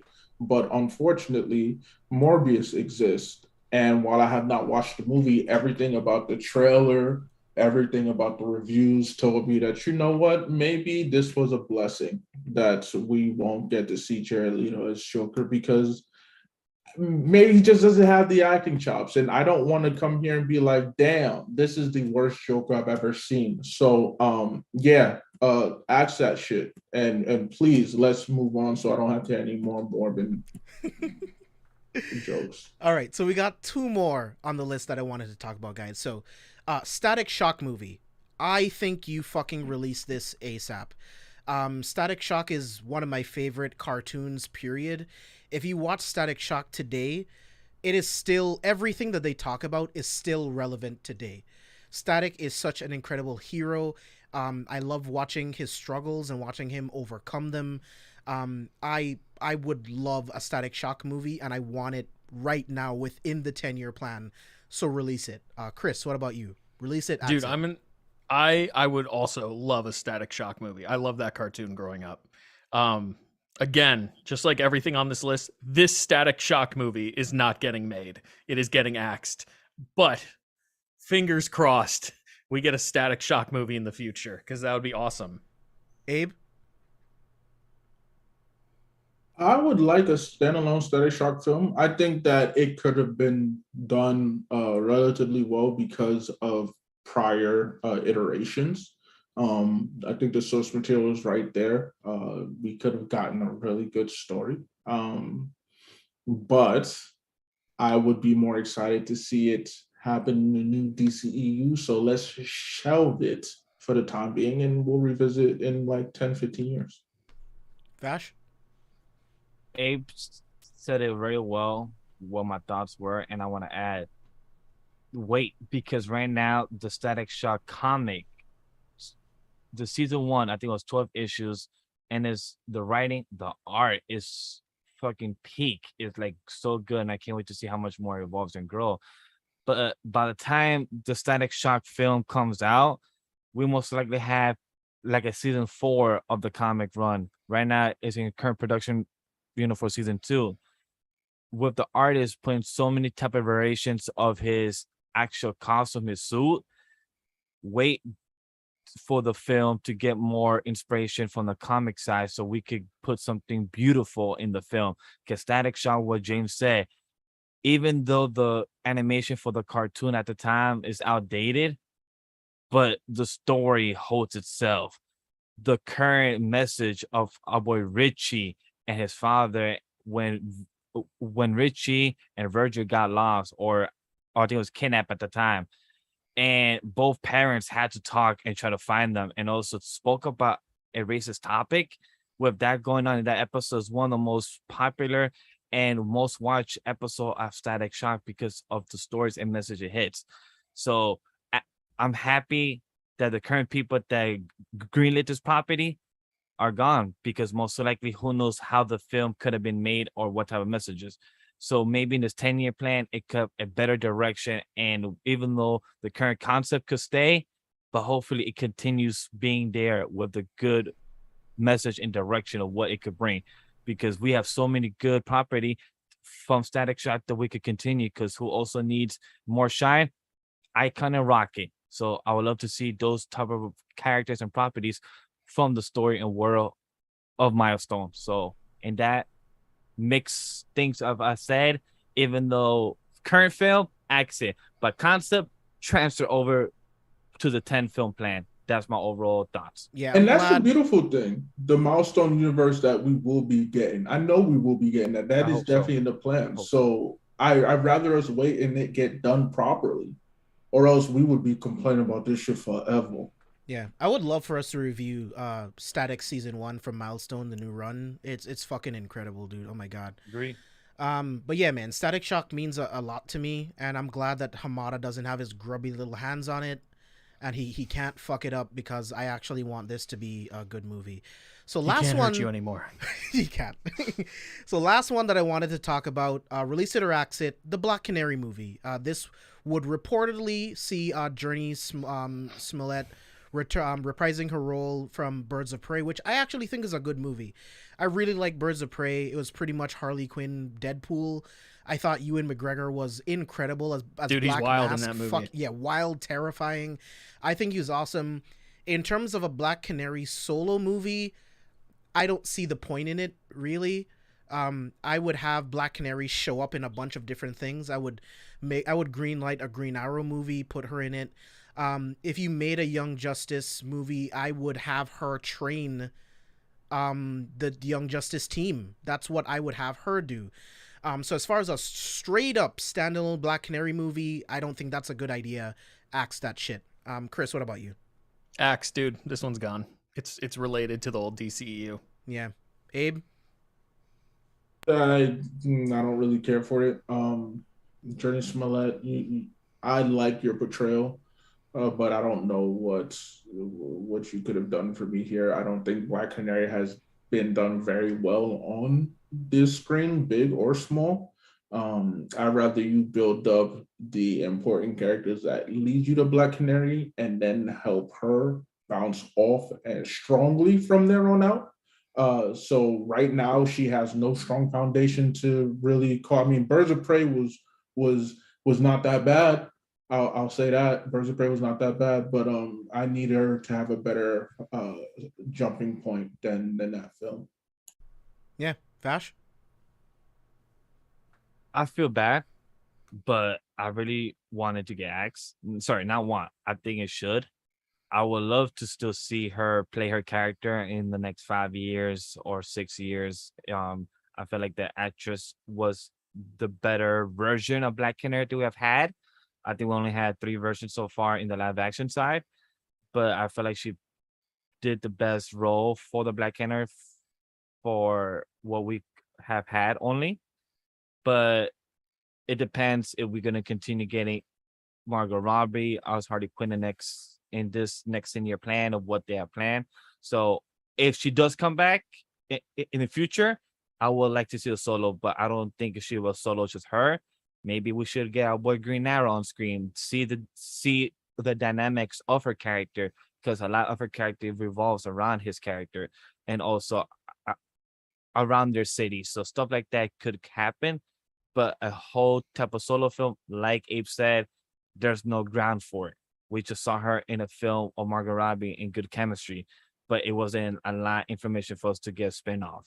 So as much as that this would be a great introduction of her character, let's wait for a better direction before we try to make a solo film of a character of a grand audience don't even care about. Yeah, man. It's just when you look at all of the point of this, looking at all of these films that were previously just announced, right? There is no clear vision. There is nothing. There's just a bunch of random fucking movies that they just looked at a list and just like, fucking that one. We can put a woman in that one. We can put a black woman in that one. We can put a Latina woman in that one. We can put some darkies over here. That's the only thing that they're thinking about, dude. The only thing they care about is just putting out fucking movies with POCs so that they can be fake woke and people don't have to talk about it on the timeline. It's fucking ridiculous. There is no clear vision at all. There is no cohesion. The only thing that has cohesion would have been the J.J. Abrams Justice League Dark like pocket, right? Because you would have had a series and some movies sprinkled in. But there is nothing here except a bunch of random fucking movies that will do nothing for DC as a whole. But that's going to be my final thoughts here. Chris, let me get your final thoughts on just like everything, if you have any. Going over this list, I have to agree with everything that you just said.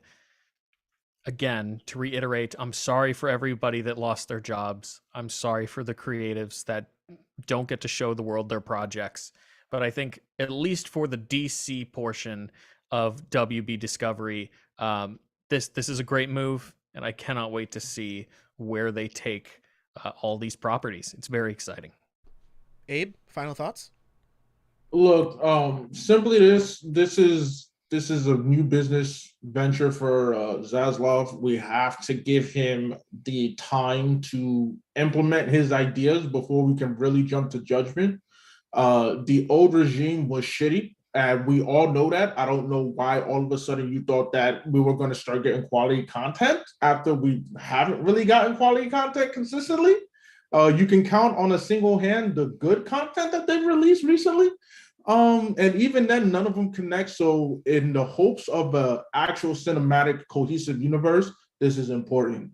That being said, the only biggest thing that Zaslav has to do better is just how you deal with your employees, whether former or present, Absolutely. Relationships matter. And one thing's for sure, you don't want to destroy or play a hand in destroying the egos and beliefs of these people who put in their time and work. Whether the movie was going to be good or not, people still invested time and energy into putting out what was going to be content for us. Show a bit more respect in that area, but otherwise I'm here for all your business decisions. I'm excited to see what you have planned. I'm excited to see the cast you get together to implement these plans, whether it comes down to directors, it comes down to actors, and who knows? I know there's rumor that we may see some of the old members such as Henry Cavill, Ben Affleck, maybe. Who knows? That would be really dope because Henry Cavill made me very happy as Clark Kent. But otherwise, it was so much fun talking about this, John, with all of you guys, as per usual. We had to all come off vacation for this, for real, and it was worthwhile. Hopefully, you as viewers got to learn something from it to help further shape your own opinions on the matter. And if you have differing opinions, by all means, you can hit us on the social media account. Let us know. We are open to listen. I may come off as blunt and rude and whatnot. I am all of that, but I'm also very an individual who likes to learn himself. So don't be frightened. I'm not the boogeyman. I'm just the son of Darkseid. Okay, but appreciate y'all. Isn't his name La Bruja or La Raja? Doesn't that mean witch? La Buru? No, it actually means evil. In the boogeyman as well? No, I'm just saying. But I'm saying like in other cultures, it also means the witch, boogeyman. I was gonna say evil too. Yeah, so I'm just Spanish. saying, that just counters what you're saying. Interesting. But my final thoughts, people, I'm gonna take a quote. I'm gonna paraphrase it, but like what Jim Carrey has said in his speech, he said his father took a safe job, but after that safe job, many years later, he got fired. But Jim Carrey went above and beyond and made his career. His dad wanted to be a comedian, but Jim Carrey did what he did because he said, "What is a safe job? Because you could get fired anywhere." So that transitions to people in the entertainment industry maybe are doing their dream job, maybe are doing their career job. But guess what, guys? You could still get fired and not even get told about it. You get fired through a whole news outlet or social media before you get told you get fired, or not even having your own content that you damn created it. You have your name slap on it. You have the script, the paper, the outline, the phone calls and meetings, the being told that you got cast, those memories. But like we said in the earlier show, the what memories that they're gonna have is that he got told on his wedding that he was part of, being told that he got fired, or his show, his product that he made will never see the light of day. And like Abe just said, is that your networks, your relationships, your communication with your team got hurt because of how you did what you did. But at the end of the day, your business. Any business is never perfect. Every business makes its flaws. And this is where Warner Brothers / DC / Discovery Plus. I can't wait for their new damn name because I'm tired of all these slashes and saying HBO Max, Future, whatever show. That's the name. It's Warner Brothers Discovery. Yes, but overall, that's the actual name. That's the name of the company. Oh, now? Okay, interesting. Yeah. That went over my head. My apologies. The streaming app will have a different name. Change. Okay, cool. So I guess I'm just confused on that. But look, guys, look at that. We're learning. Vash is learning off stream. Just like Abe said, we all learn a valuable lesson. Don't just jump the gun on Twitter and scream at what you think is. You learn your own thoughts. View your own opinion, because everyone has mistakes and not everyone has those days. Yes, as just said, a lot of references and phrases. But at the end of the day, this is a great show. This was a good discussion. And more news are going to drop every day, every week from the next couple months, because things are going to be switching. Zal's going to be making a lot of updates. Behind the scenes, he's probably doing it right now, next week, and everything. So we're gonna be discussing these news for the next year, next couple of years, and see what's next. So tell us if we're right or wrong. Tell us your opinion at the end of the day as well. And I hope you enjoyed the content for we gave, because I had a blast to talk and the new segment to release your exit. I can't wait until we do it again. Yeah, I had a lot of fun breaking all of this down. I love making show notes, like, because it also helps me, like, pretty much just, like, catalog all of the news from this topic. And as news comes out from the week and everything that comes out later on, I'm just going to add to this and then update the show notes for whatever we talk about. But this was really cool. This was really educational. You know, it's good for people to see, like, the business side of it. Like, it isn't just about, like, you know, the things that we want to see. Like, it's not you buy a business, you start off at a $1.5 million deficit. Like, you have to do things and make sacrifices, and it just kind of is what it is. Like, it's a business first. It's a movie business, right? So this was a great breakdown. I had so much fun doing it. I had so much fun doing Release It or Axe It. We're definitely going to be doing it for Sony at some point in the future, so stay tuned for that. That's going to be so much fucking fun to do that. But I had a fucking blast. Chat, thank you guys so much for being here. Chris, tell the people where they can find you online. You can find me personally on Twitter at Chris Conkling, talking about all things nerdy. You can find my podcast, Popaholics, at Popaholics. We're also on YouTube at youtube.com/Popaholics. This month, we are currently covering the Predator movies to celebrate the release of Prey, which we will be reviewing this following week. We're also having a giveaway for a 4K digital copy of Predator, the very first Predator film. And all you have to do to enter that giveaway is head on over to our YouTube channel, subscribe, and then comment on any of the videos that we release in August. You can comment on as many videos as you want, one comment per video, so you could be entered multiple times. And then, of course, I write for carefulforspoilers.com, and we just dropped an article earlier today about the legacy of the MCU Phase 4. So head on over there and check that out as well. Yeah. Abe?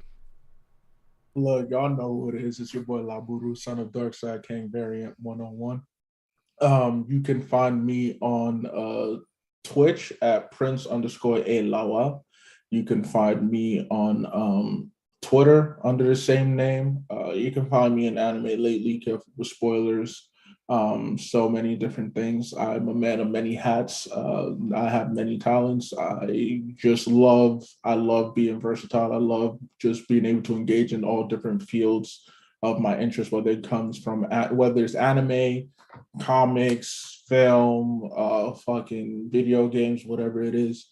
Y'all can always catch me here, as well, like I said, and appreciate y'all for pulling up. Thank y'all for liking, for subscribing, for sharing the content. Thank y'all for sharing the tweets. Make sure y'all follow us on social media. And we will see you whenever we see you, whether it'll be on some more positive news or, we'll talk about some more bullshit. You feel me? But we'll see you guys soon. These boys are going back to vacation. Yes. Vash. Well, Vash here. I appreciate y'all for watching. This was a fun content to do. This is I'm gonna tell the guys off air and everything, but this was one of my favorite episodes to have in a while. But thank you for everyone liking, sharing, watch the content. If you enjoy what we do, just follow, support us. The same for me. Glinting the Vash, Anime Lately. Anime Lately just had a great episode this past week. With Studio Maho, great questions, great people. I'm so proud of them, of how much they've grown in the past 4 years that I've known them and the content they do. Can't wait for next week and the next couple of weeks of Anime Lately and plus Shona Ronin. A lot of things will be changing, improving, and I can't wait to see you guys watch our content and go check everything we do here because we're a great team and I just like doing content what we do here.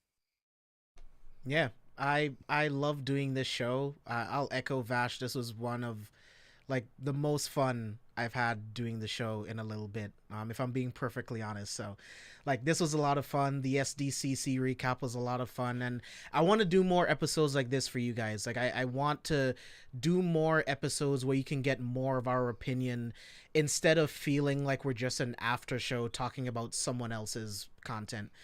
So moving forward, you'll see a lot more segments on the show. We'll make it a lot more fun. We're a show called Villains, but we haven't done a show talking about our favorite villains in movies, comics, whatever. So that's coming soon. I have a lot of fun shit coming for you guys in the future. Next week, we're going to take next week off, recharge the batteries. Like I said, I'm going to go see The Weeknd. And then on August 19th, we'll be back with the new structure for the show. And then we'll also be talking about She-Hulk Attorney at Law when we get the first episode on Thursday the 18th. So got a lot of great shit coming for you guys. Make sure you follow me all over social media at JB Exclusive. Like Chris said, he just wrote an incredible article breaking down, like he said, the legacy of the MCU Phase 4, breaking it down from the beginning all the way to where we are right now. Incredible article. Check that out. Steve also wrote an article talking about representation in the MCU. That's up on the website right now. I wrote an article breaking down the Phase 5 timeline, so if you want to see that, check that out over there as well. I also wrote another article talking about the 10 must-see So Bad They're Good movies. I had a lot of fun writing that. I'm going to watch some more So Bad They're Good movies tomorrow, so we got a lot of great shit coming for you guys. We're busy. We're busy. I fucking love creating content, and I love creating content with these guys, and I love doing it live with you guys here in the live chat. So I appreciate every single one of you being here, and until the next episode, we'll see you guys on the next one.